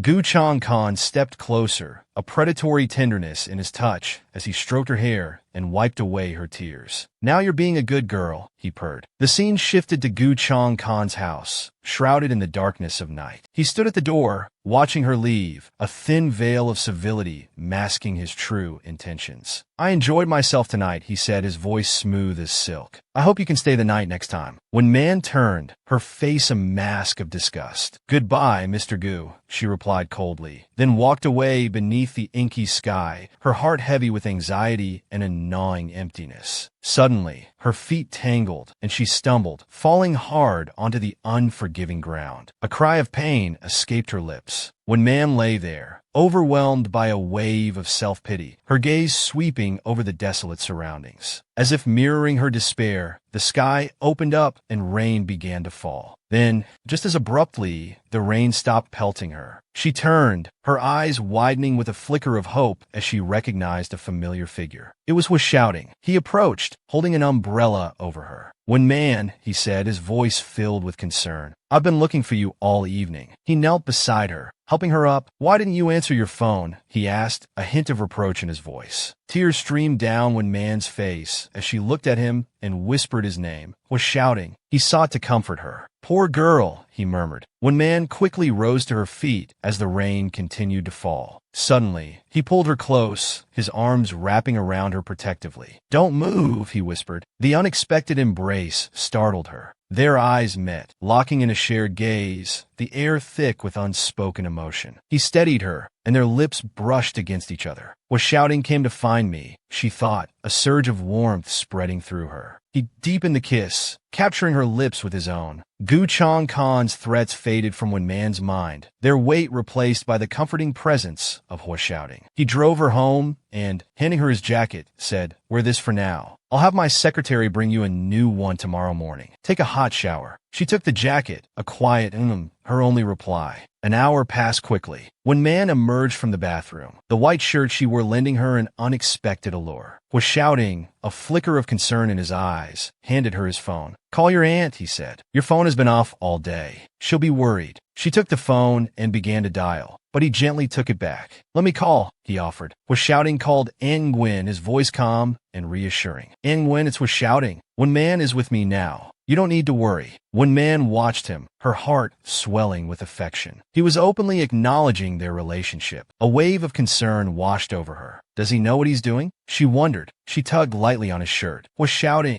Gu Changkan and I. She began, but he cut her off, his voice firm. There's nothing between you and Gu Changkan. He placed her hand over his heart, offering a silent reassurance. I'll take care of your father's case, he promised. Relief flooded When Man's features.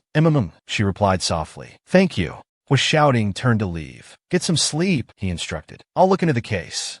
When Man replied again, settling into bed. But sleep eluded her. Her thoughts drifted to Hua shouting. When will he come back? She wondered. Will he? Suddenly, she heard her name. One Man. He climbed onto the bed and sat beside her, his arm reaching out to gently cradle the back of her neck. Why aren't you asleep yet? He asked softly. I've made arrangements for your father, he continued. I'm leaving early tomorrow. If everything goes as planned, he'll be released. Gratitude welled up inside her. Instead of words, she leaned in and kissed him, a silent expression of her thanks. Their lips met, igniting a spark that quickly flared into a passionate embrace. Hua shouting gently pushed her down onto the bed, the kiss deepening. Soft moans escaped her lips. His hand moved to her thigh. The scene grew increasingly intimate, leaving little doubt as to what was unfolding. She lay on the bed, her face flushed, her breath coming in short gasps. It hurts, she whispered. Hua shouting pulled her close, his voice laced with concern. What's wrong? He asked. When Man hesitated, then replied softly, My leg. It's a little scraped. It hurts. He looked at her, his eyes filled with tenderness and worry. But unexpectedly, she embraced him, reassuring him that it didn't hurt anymore. Hua shouting drew closer, supporting her body, and said, Teacher Wen is even more worried than I am, huh? Hearing this, When Man's face flushed crimson, her heart pounded with shy excitement. He lifted her hand to his face and said, So embarrassed? I thought you were a clueless little girl who wouldn't even dare to make a move. He straightened his clothes, preparing to leave,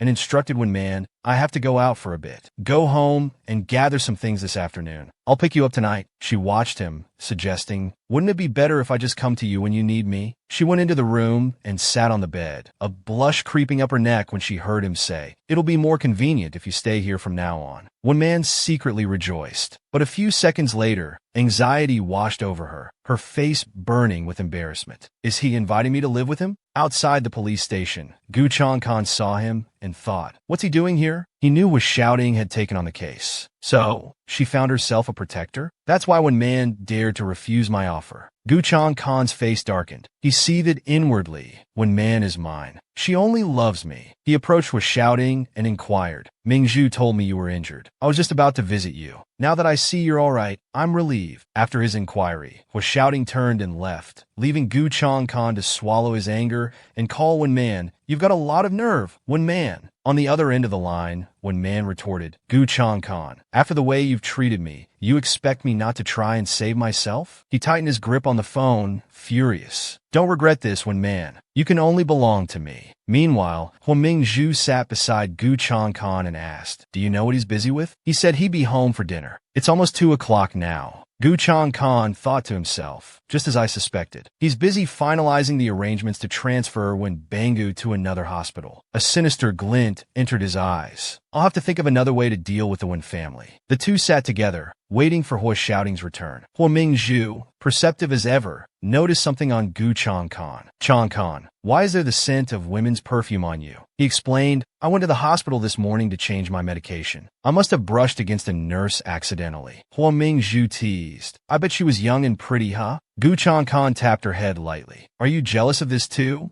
A luxurious car parked below the building. Hua shouting spoke into his phone. I'm at the villa now. You stay at the hospital and take care of your father. I'll pick you up around 4 o'clock. Remember to pack your things. He noticed something and quickly said, I see someone I know. I have to hang up. Gu Changkan stood upstairs, a melancholic look in his eyes, thinking, When Man used to blush even when holding my hand. He watched Hua shouting below. And now, she's with him already? That was fast. Hua shouting quickly entered the villa. Seeing him, Hua Mingzhu rushed forward and embraced him. You're finally here. He looked at her, a teasing tone in his voice. You're all grown up and still clinging to me like this? Be careful. Changkan might get jealous. Hua Mingzhu replied, No, he won't. Didn't you say you needed someone to work on a few projects? Instead of giving them to an outsider, why not give them to Changkan? Hua shouting looked at her and said, Father said having a grown daughter in the house is like having a ticking time bomb. He wasn't wrong. Hua Mingzhu tugged on his shirt pleadingly. Please, brother. He indulged her, agreeing to her request. She beamed. I knew you were the best. Gu Changkan descended the stairs, overhearing their conversation. Thank you, brother, he said. Inside a luxurious car, a voice gently scolded. You've found him. So why are you still crying like this? Was shouting looked at Wen Man. Or are you crying because you're about to be bullied by me? She retorted indignantly. Not a chance. He drove her to a supermarket. We're here. This supermarket is pretty well stocked. If you need anything else, I'll come with you. Right on cue, she said. Actually, I don't have any slippers at the house. Let's take a look around. He noticed someone following them in the distance. Persistent, aren't they? Following me all the way here. Well, if they want a show, I'll give them one. The person tailing them followed the two inside the supermarket. Was shouting went to the Three Wolves display and picked up a pair of size 01 slippers. Was shouting went to the checkout counter. Please ring up both of these, he said. The cashier asked why he was buying them. He replied, for use tonight. Seeing this, Gu Changkan slammed his fist against a nearby shelf, his face darkening. Watching the two of them, he thought furiously, damn it. So they really are living together. The scene shifted to Hua Shouting's villa. Clothes and shoes were scattered carelessly on the floor. He carried her to the window. Blushing, she protested, don't do it here. People outside will see. Hua Shouting reached out and drew the curtains closed. He pressed against her, murmuring, isn't this better? Hua Shouting kissed her neck passionately. His hand caressed Wen Man's thigh. They embraced, and he lowered his head, showering her soft skin with fervent kisses. Gu Changkan watched from below, seeing their silhouettes projected onto the window. He grabbed his phone and urgently ordered, send a message to Wen Man immediately. Call her out. At the height of their passion, a ringing phone by the curtains shattered the romantic atmosphere. Wen Man reached for the phone and checked the message. She quickly pushed him away, straightening her clothes and telling him, my private tutoring session is about to start. Can I come back to you after I'm done? Hua Shouting held her, saying, come back soon. Wen Man left the villa and walked alone down the street. She spotted him and exclaimed angrily, Gu Changkan. Wen Man approached him, demanding, what are you doing here?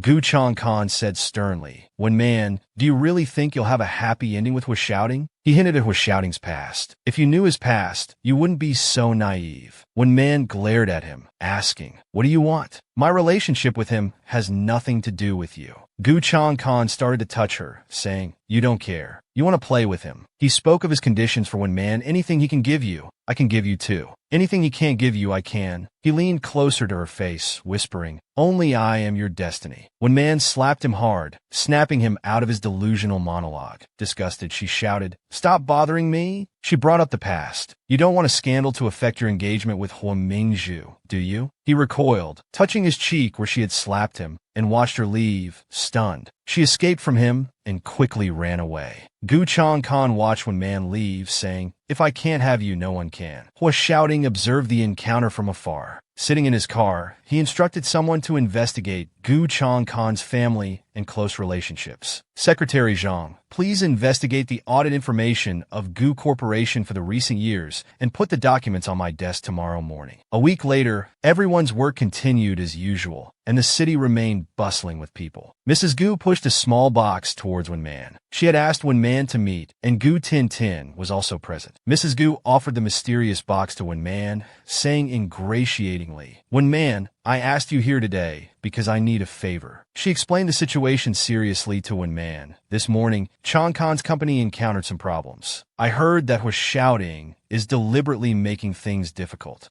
Wen Man held her teacup, recognizing Mrs. Gu's intentions. She said, then you should ask Hua Shouting or Hua Mingzhu for help. Why are you looking for me? Mrs. Gu played on Wen Man's sympathies, continuing to explain, Wen Man, I know you're a kind child. You won't stand idly by.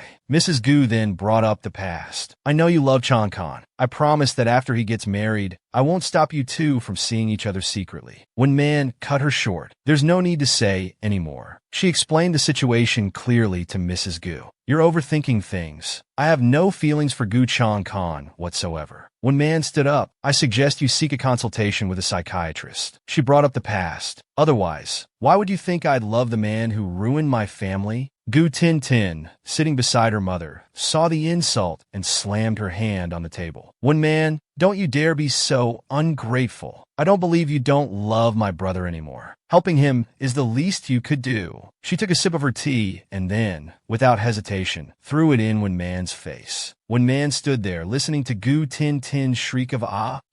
gu ting ting iya, when man, zubi, calmly wiping the tea from her hand, when man replied, Miss Gu, you should learn some manners from your mother. Gu Tin Tin, enraged, grabbed her own teacup. I'll teach you a lesson. You need to be put in your place. Suddenly, a hand touched Gu Tin Tin's, causing her to drop the cup. She cried out, ah, was shouting appeared. He looked at Gu Tin Tin and calmly said, stop. When man was stunned. Why are you here? She wondered. Was shouting. Why did he come? Was shouting looked at the mother and daughter with disdain and said, get out. He embraced when man, his voice filled with tenderness and self-reproach. I'm sorry I'm late. Humiliated and enraged, Mrs. Gu started shouting. When man, you've got some nerve. Now that you've climbed higher, you're looking down on Chang Khan. Just you wait, I'll expose your true colors. She launched into a dramatic performance. When man, how could you two-time him? Weren't you and Chang Khan? Before she could finish, a voice called out, Mother! Gu Chang Khan rushed over and reproached Mrs. Gu.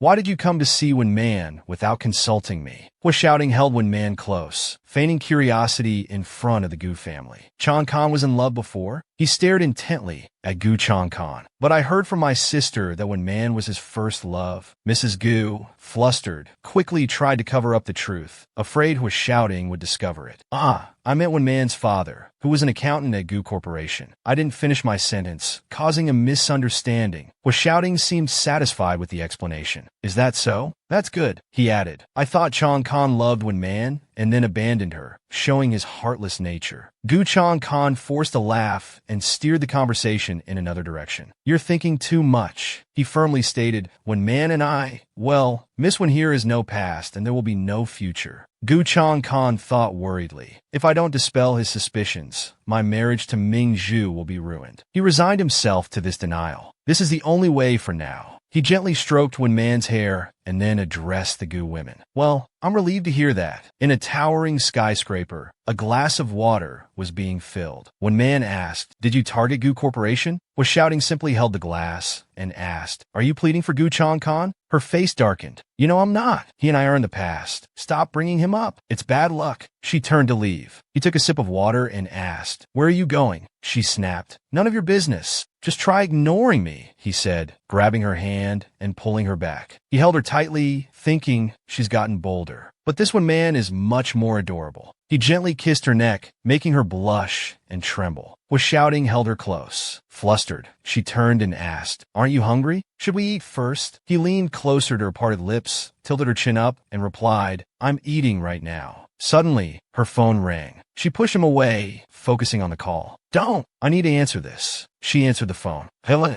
Vivi? What's up? Was shouting continued to nuzzle against her. On the other end, Vai Vai's panicked voice exclaimed, oh no! When Man, Ding Tran is saying online that you're being kept by some old man. It's all over the school forum. I can't believe this. Was shouting pulled her into an embrace and kissed her. When Man, juggling his attentions and the phone call, replied, Ding Tran, I remember she likes Gu Chang Khan. She's always been against me at school. His hand, restless, grazed her thigh, lifting her skirt slightly. He murmured, right, she even invited us to the class reunion today. When Man pushed him away, stopping his advances. She whispered, don't. Oblivious, Vai Vai continued chattering. I heard she invited Gu Chang Khan too. Don't go. Hearing the name, was shouting bristled. Gu Chang Khan again. Hearing this, When Man replied firmly, I have to go. I won't let Ding Tran get away with this. He thought, impressed, she's got guts. She kissed his cheek, her voice soft. I'm going to the reunion. I'll be out for a bit. He stopped her, hand outstretched. Are you going there to cheat on me? When Man retorted, we're not even married. He lifted her chin. But you're mine now, he declared possessively. She wrapped her arms around his neck. So, can I go now that I've told you? Satisfied, he agreed. All right, I'll take you. At a bustling venue in the city center, two women stood by a table, their conversation laced with tension. Ding Tran, with a haughty sneer, provoked, I didn't think you'd dare show up. Are the rumors online true? Are you really being kept by some old man for your lavish lifestyle? When Man? Ding Tran, When Man's university classmate, seethed. What does When Man have that I don't? Why is Gu Chang Khan still hung up on her? I'll ruin her reputation. Let's see if he still loves her then. When Man responded calmly, why wouldn't I dare? Facing Ding Tran, she simply replied, unlike some people who slander others over a piece of trash. Infuriated, Ding Tran denied it. Slander? What are you talking about? When Man brushed past Ding Tran, warning, I've given the evidence to the police. You know what I'm talking about. Ding Deng, verluste, Vito. Ha, maybe it's not slander. How else could you afford such expensive clothes? I posted anonymously, she thought confidently. They'll never trace it back to me. Suddenly, her eyes lost focus, colliding with Gu Changkan, who was talking to another woman. Changkan. She quickly latched onto Gu Changkan's arm, her arrogance returning. I bet your sugar daddy bought those for you, didn't he? When Man retorted sharply, Gu Changkan has a fiancé. Ding Tran, you're acting like a noble mistress. Isn't that right, Gu Changkan? Ding Tran was about to yell, when Gu Changkan pushed her away, snapping, Ding Tran, shut up. The doors to the banquet hall opened, and curious murmurs rippled through the crowd. Is there someone else? Who is it? Was Shouting walked in, his presence causing a stir among the women. It's Was Shouting. That aura, those legs, that nose. He's so handsome. Was Shouting's entrance fueled the gossip. Why is he at our class reunion? Is he in the wrong place? He calmly turned, explaining, I'm accompanying a family member today. The whispers intensified. Family member? Who? I heard Gu Changkan is his brother-in-law. Is he here to catch someone cheating? He reached when Man, apologizing softly. I'm late. She smiled. Not at all. Perfect timing. Ding Tran, clinging to Gu Changkan's arm, spat. How could? Isn't when Man's man supposed to be? Before she could finish, Gu Changkan cut her off sharply. Shut up. Was Shouting put his arm around when Man's waist, his voice triumphant. Changkan, when Man and I are dating. You all seem surprised. Gu Changkan, sweating, stammered, I haven't had a chance to tell them yet. He turned to the others, offering a polite apology. My apologies for the interruption. Please continue. The two of them settled at a table. Resting his chin on his hand, he looked at her playfully. So, Teacher Wen, how did I do? A blush warmed her cheeks. Very well, thank you. His arms snaked around her waist, pulling her closer. Shall we slip away a little later? He suggested. Just then, someone approached, wine glass in hand. Lawyer Hua, Ding Tran began, feigning shyness. I'm Wen Man's university classmate. It's a pleasure to meet you. He turned his head away, pointedly ignoring her. He pinched Wen Man's cheek. Would you be upset if I knew this kind of woman? She understood his meaning. He was offering her a chance to vent her frustration. She offered a bright smile. That's your prerogative. Ding Tran bristled. What are you, Wen Man? She snapped. He doesn't even know you. Unable to tolerate her any longer, he stood and called out to Gu Changkan. Changkan, come have a drink with Miss Ding in my place. Gu Changkan felt a prickle of unease. Does he know about me and Ding Tran? Is this a warning? Was Shouting's expression darkened at his hesitation. What's the matter, brother-in-law? Don't you wanna? Gu Changkan quickly drained his glass. He immediately refilled it and approached Wen Man, brother-in-law. If you're not gonna drink, then I'll toast my sister-in-law.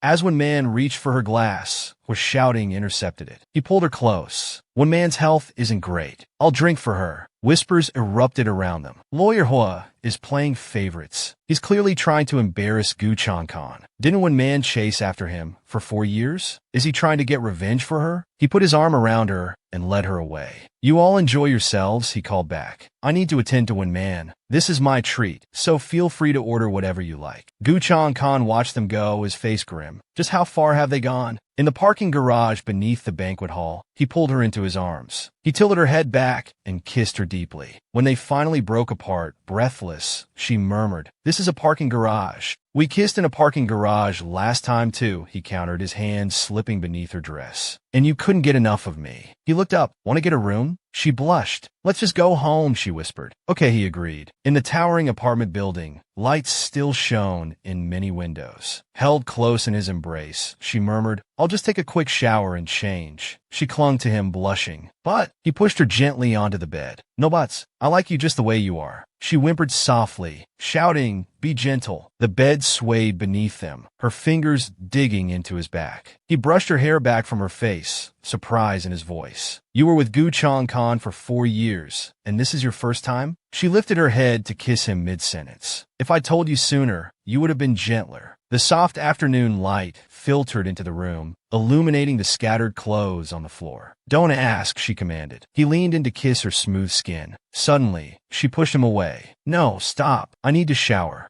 Shouting sat up and pulled on his robe. As he reached for his phone, which had been ringing incessantly, she pulled the covers around herself and hurried towards the bathroom. "I'll go myself." "You get that," she said. He answered the call. "Hello." A voice on the other end said, "Dongqing Police Station, Lawyer Hua. Your brother-in-law got into a fight over a girl and was arrested. We didn't want to bother Miss Hua. Would you mind coming down here?" Shouting's voice was cold. "I understand." Emerging from the police station, followed by Gu Chang-kan, Shouting spun around, startling him. Then, without a word, Shouting delivered a swift, brutal punch to Gu Chang-kan's face. He stood over him, his voice dangerously low. "Gu Chang-kan, do you think the Hua family is powerless? If my sister hadn't attempted suicide because of you, do you think you'd still be standing here, talking to me?" Gu Chang-kan landed hard, wiping the blood from his lip. "And you're so noble?" he spat back. Shouting's face darkened. "You knew when Man was my ex-girlfriend," he roared. "Why did you provoke her?" Shouting's voice turned icy. "Fine, I'll give a man back to you. Just stay away from Min Chao forever." A cynical smile twisted Gu Chang-kan's lips. He looked up defiantly. "Thank you for the lesson, brother-in-law," he said, his voice dripping with sarcasm. "From now on, I'll be a good husband. Min Chao won't shed another tear." Shouting watched him, thinking, just moments ago, he was on the verge of collapse, and now he's transformed. Under the night sky, one standing, one sitting, they stared at each other. Shouting shoved his hands in his pockets, thinking, this performance of heartbreak is truly eye-opening. Suddenly, footsteps approached. When Man appeared, looking beautiful as ever. Gu Chang-kan's eyes widened in shock. "Love bites on her neck,"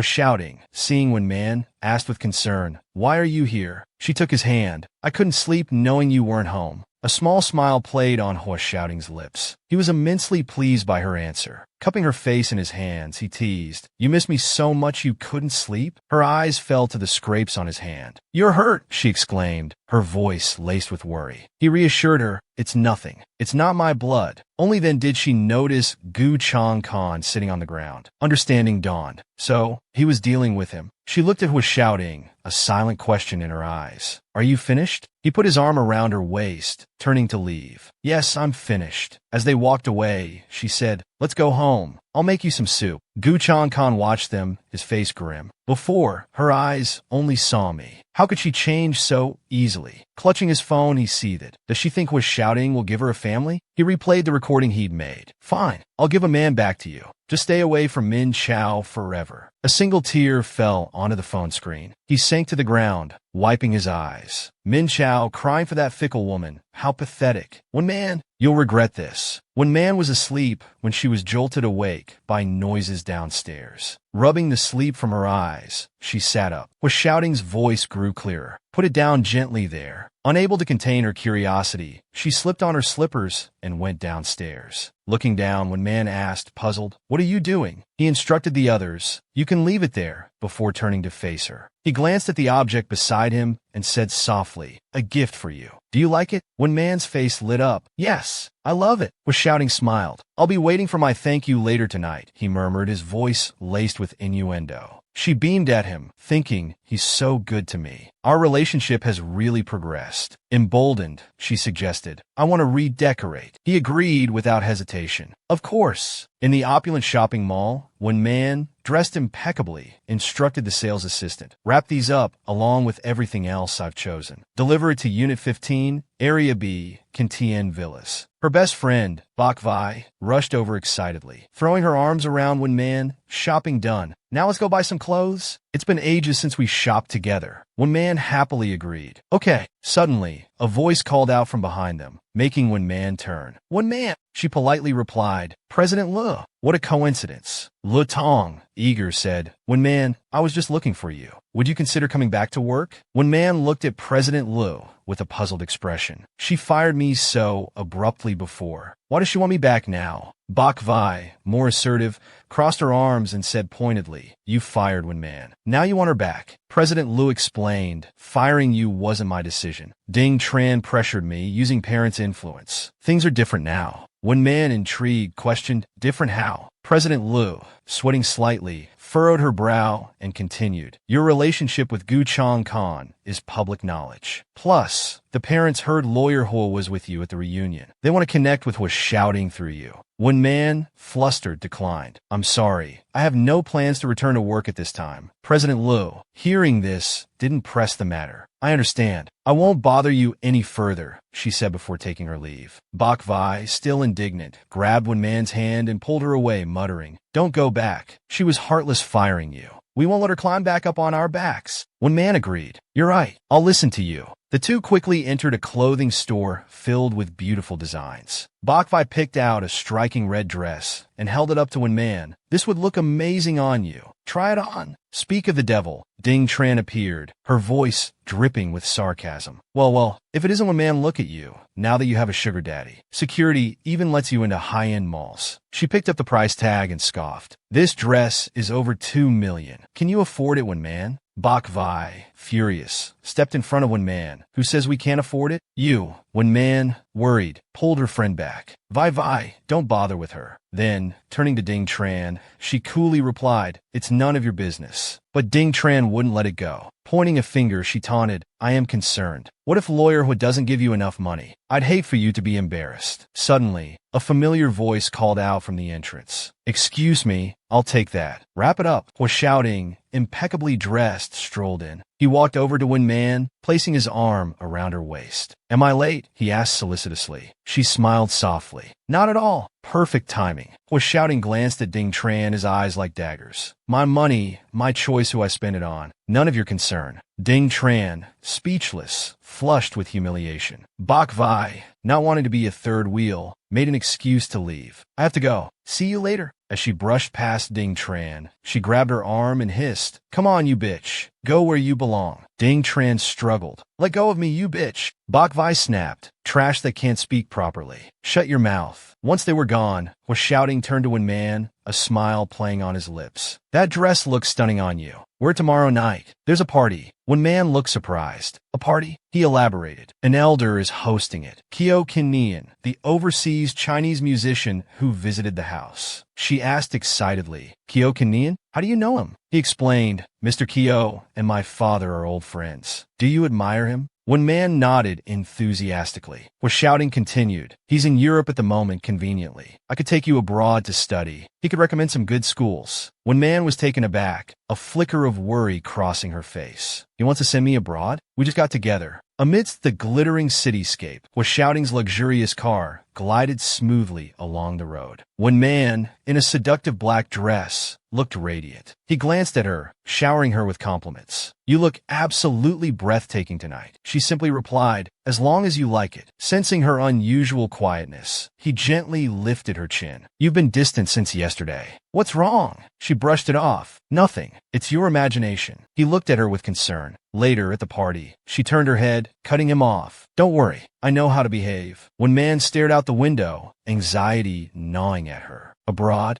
So he'd been planning to send me abroad all along. The two quickly linked arms and entered the party. As soon as they appeared, everyone's eyes turned to them, whispering amongst themselves. Lawyer Ho is here. Lawyer Ho has good taste. They say he's doting on a woman, and she really is beautiful. Suddenly, a voice called out, causing Ho shouting to turn. Seeing his younger sister, Min Chao, he asked, surprised, I thought you weren't coming. Min Chao cheerfully approached, replying, Gu Changkan wanted to meet Mr. Kyo. I brought him over. She then turned to her husband, questioning, I've never known you to be interested in the arts. He feigned composure, explaining, I've heard of him for a long time. I wanted to meet him. Both When Man and Ho shouting exchanged a look of shared amusement. Right, Min Chao continued, glancing between When Man and Ho shouting. I saw you having lunch with Kwang Duyet the other day. I thought you were his girlfriend. Ho shouting smoothly put his arm around When Man, rescuing her from the awkwardness. I stole her right out from under Kwang Duyet's nose. Any problem with that? Ming Chao Gapet de Zamatikas. Oh, so When Man is my sister-in-law now. When Man, playing along, leaned into was shouting, feigning coyness. All right. People are watching. Everyone was amused, except for Gu Changkan, whose face darkened. How dare he? He fumed silently. Was shouting doesn't have any genuine feelings for When Man. Why is she with him? Min Chao, oblivious to the tension, beamed. Chong Khan,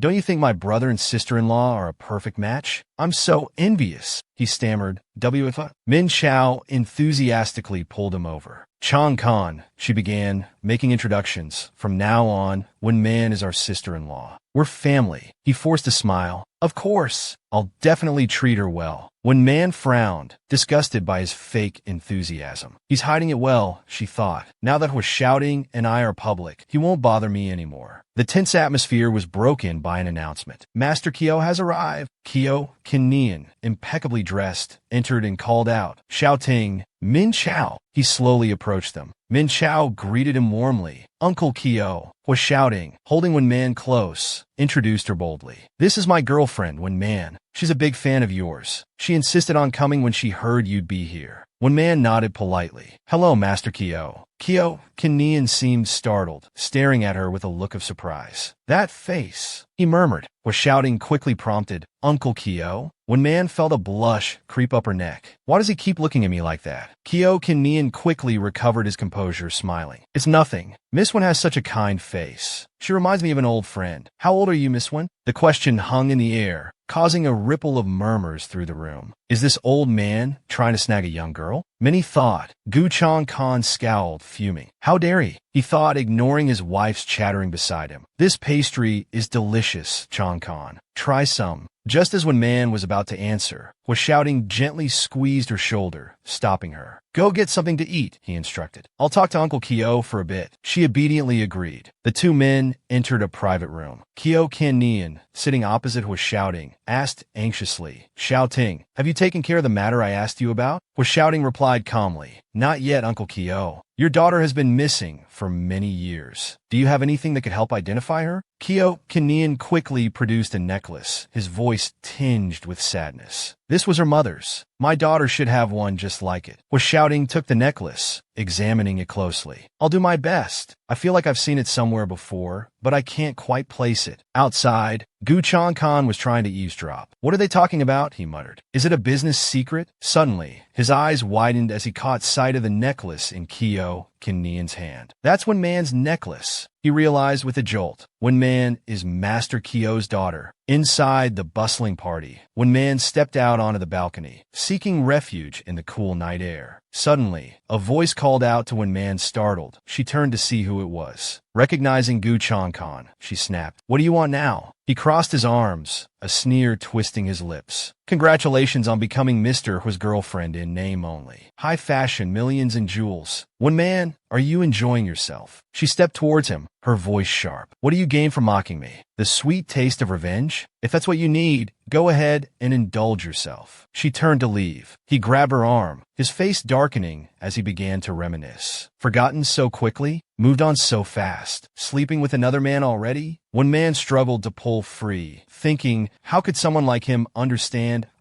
human feelings? Gu Chong Khan quickly pulled out his phone. Do you really think was shouting is sincere? He just wants to sleep with you. You're just a toy to him. He'd even give you to me if I asked. He played a recording, was shouting's voice clear as day. Fine, I'll give a man to you. Just stay away from Min Chao forever. Wen Man froze, a wave of confusion washing over her. It was Hua Shouting's voice. He would actually give her to Gu Chong Khan? He pressed closer, still clinging to a sliver of hope. See? I'm the only one who's good to you. I won't judge you for sleeping with other men. Hua Shouting had been standing there for some time, silently watching them. His gaze hardened as he looked at Gu Chong Khan. She might not love him anymore, he thought, but he's definitely left his mark. Suddenly, Min Chao appeared behind them. Chong Khan, she asked, what are you doing with Wen Man? They both looked at Hua Shouting, who quickly interjected. It's nothing. Last time, Chong Khan didn't help Wen Man, and she holds a grudge. He probably doesn't like her anymore either. Min Chao, naive as ever, believed him. Really? Well, you should hold on to Wen Man tight, brother. She's beautiful. He gently patted his sister's head. And she's a great cook, sweet and understanding. Anything else you want to know? Wen Man, furious, finally snapped. Have you said enough? Not wanting to waste another breath on him, she turned to leave. Turning back, she was surprised to see Hua Shouting. Shouting, she murmured. He remained calm, walking towards her with his sister. "Why are you crying?" he asked gently. She blushed, composing herself. "Just something in my eye." Min Chao, oblivious, took Wen Man's hand. He said, "You're a great cook. Let's go get some late-night snacks. I'm not used to the food here." Wen Man glanced at Hua Xiaoting. He's preoccupied, she thought. What did Gu Changkan say to him? Does she want to be with him? Even bring him home? Gu Changkan, seizing the opportunity, asked, "Would that be a problem?" Hua Xiaoting pulled Wen Man closer, his arm around her waist. "Of course not," he replied smoothly. She looked at him, stunned. "Are you sure?" He leaned in, whispering in her ear, "I thought you'd be happy about it. You seem to be enjoying your conversation." Wen Man was taken aback. Was he eavesdropping? Inside, the party continued, the lights bright and dazzling. Kanyan approached them. "A lover's quarrel?" he asked. "Xiao Ting, be a gentleman. Give your girlfriend some leeway." He nodded, a small smile playing on his lips. "Yes, Uncle Kyo." Kyo Kanyan chuckled. "There aren't many people who can make Xiao Ting lose his composure." He handed them 2 tickets. "If you have time, come and listen." Wen Man took the tickets, beaming. "Thank you, Master Kyo." He smiled warmly. "Call me Uncle Kyo, like Xiao Ting does." The two quickly excused themselves from the party. Outside,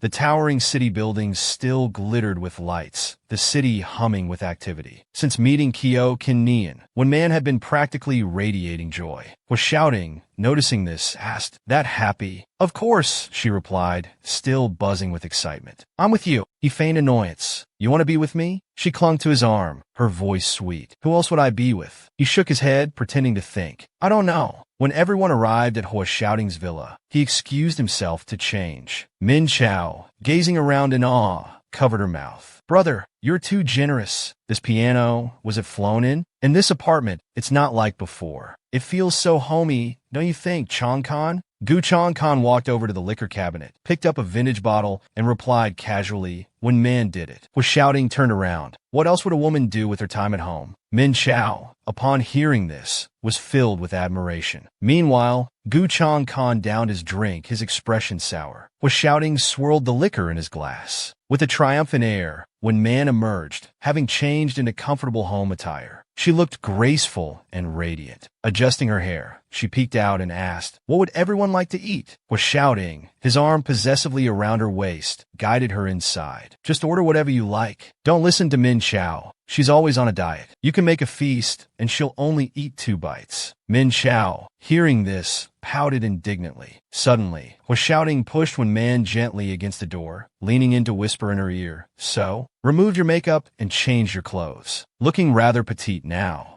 Blushing, she pushed him away. "There are guests. Go entertain them." He bristled inwardly, thinking, they're clearly a rival and a third wheel. He persisted, however, leaning in for a quick kiss. And so, in the small room, the two stole a moment of intimacy. Gu Changkan, witnessing the scene from outside, scowled. If there weren't guests, they'd probably be in bed by now. Unable to contain himself any longer, he walked in, feigning cheerfulness. Brother, sister-in-law, so affectionate. I just came to get some cold water. Flustered, when Man pushed was shouting away again. "Let go of me. There's someone here." He reluctantly complied, a smug grin spreading across his face. "Chang Khan," he said, "I'm going to take a shower. Make yourself at home." Gu Chang Khan watched him leave, his eyes burning with resentment. He slammed his hand on the table, barely containing his fury. He approached Wen Man, his voice dripping with sarcasm. "You don't need to be so afraid of me. After all, we're practically family now, and we should live together harmoniously, shouldn't we?" He continued his taunts. "He seems quite taken with you." With that, he turned and left. Wen Man watched him go, thinking, he must be going through something to take it out on me like this. Disgust etched on her face. She resolved to tell was shouting that she didn't want to see Gu Changkan again. After dinner, the four of them sat together in the living room. Min Chao, beaming, declared, "Wen Man, your cooking is amazing. I'll definitely be back for more." Was shouting teased, "If you keep eating like this, who's going to marry you?" Min Chao leaned against Gu Changkan, a blissful expression on her face. "Changkan needs me." The air grew thick with unspoken tension. Was shouting pulled Wen Man closer, changing the subject. "Changkan, how are your investments doing lately?" Wen Man, embarrassed and annoyed, turned her face away. "This is so awkward. How can he act so natural? I can barely stand it." 10 minutes later, Gu Changkan stood up, forcing a smile. Well, brother, it's getting late. We shouldn't keep you two any longer. We'll be going now. The door closed swiftly behind them. Hua shouting smirked. Another victory. He headed into the bedroom. The bedside lamp cast a soft glow. When Man sat applying lotion to her long, elegant legs, Hua shouting emerged from the bathroom. He stared at her, a flicker of surprise in his eyes. Wearing my shirt today, are we? He moved closer, whispering in her ear, isn't that hair dye supposed to wash out after one use? He gently lifted her hand. Why haven't you washed your hair? She met his gaze, her eyes sparkling. I thought you liked it. I can wash it tomorrow. He bent down and kissed her, a soft moan escaping her lips. For hours later, they lay tangled in each other's arms. When Man spoke, her voice laced with concern, was shouting, should we tell Min Chao I'm staying? He cut her off abruptly. You're past with Gu Chong Khan, there's no need. He pulled her tighter, as if afraid she might disappear. When Man, puzzled and a little hurt, wondered what her shouting meant. The next morning, perched at the table, she cheerfully suggested, my dear lawyer, do you have time to accompany me to Master Kyo's concert today? He stroked her hair, then declined. I have a case today. I might not be able to go with you. Aren't you good friends with Bakvai? You two could go. A flicker of disappointment crossed her face. Bakvai's out of town for a couple of days. She's not here. I'll find someone else. She quickly picked up her phone. I have someone in mind. Kwang San. She was my student. Taking her along would also cultivate her musical appreciation. Action followed thought. She hurried to ring Kwang San's doorbell. The door swung open, and Kwang San rushed out, throwing her arms around Wen Man in a delighted hug. Thank you, Miss Wen, for taking me to Master Kyo's concert. I love you to death. Kwang Duyet, standing behind her, twirled his car keys. I wonder if I have the honor of chauffeuring two beautiful ladies? Wen Man, however, felt a pang of anxiety and politely declined. It's too much trouble. Kwang San clung to her, feigning distress. His car is brand new and so cool. I haven't even ridden in it yet. Seeing this, Wen Man reluctantly agreed. All right then. Wen Man gave Kwang Duyet a polite look. Thank you for your trouble tonight. He teased. Have I become a stranger to you after just a few days, Wen Man? His eyes crinkled with amusement as he urged them on. All right, let's go. I'll drop you two off, then I have another appointment. Standing before a restaurant, Kwang San rubbed her stomach with a groan. I'm hungry. Wen Man glanced around. There's a restaurant just ahead. Let's eat there. Inside the elegant establishment, Wen Man froze, a flicker of recognition in her eyes. As she passed the doorway, she stopped dead, utterly stunned. She saw Hua shouting dining with a strikingly beautiful blonde woman. Didn't he say he was working late? The woman affectionately placed some food on his plate. This is quite good, try it. Trying to maintain her composure, Wen Man walked in, her mind racing. That woman, I saw her before, at the hotel where I work part-time. He's having dinner with her? What's their relationship? Unable to contain herself, she called out, Thieu Din. He startled, rising abruptly. Excuse me, he murmured to the woman, then approached Wen Man, a touch of awkwardness in his demeanor. What are you doing here? She didn't answer, her eyes fixed on him, brimming with hurt and reproach. Hua shouting seemed to understand, quickly explaining, she's a client. The woman joined them, inquiring, Thieu Din, who are these? He leaned in, whispering in Wen Man's ear. We'll talk about this later at home. His words did little to soothe her evident displeasure. Ignoring her further, he turned back to the woman with a forced smile. Apologies, a little personal matter. Now that it's handled, shall we continue our discussion? They resumed their places, Wen Man joining Kwang San at their table. The blonde woman, with a playful lilt, teased him. So, what was that about? Something you can't tell me? Lawyer Hua. His expression suddenly hardened. Nothing I can't tell you. That was my wife and daughter. His words hung in the air, leaving the woman speechless. Lawyer Hua, you're not even 30, and you already have a wife and daughter? She seemed incredulous, pressing further. You married so young, Lawyer Hua. Such a pity. The meal ended quickly. He politely escorted the woman outside. I'll see you out. Until next time, Lawyer Hua. Goodbye, he replied coolly.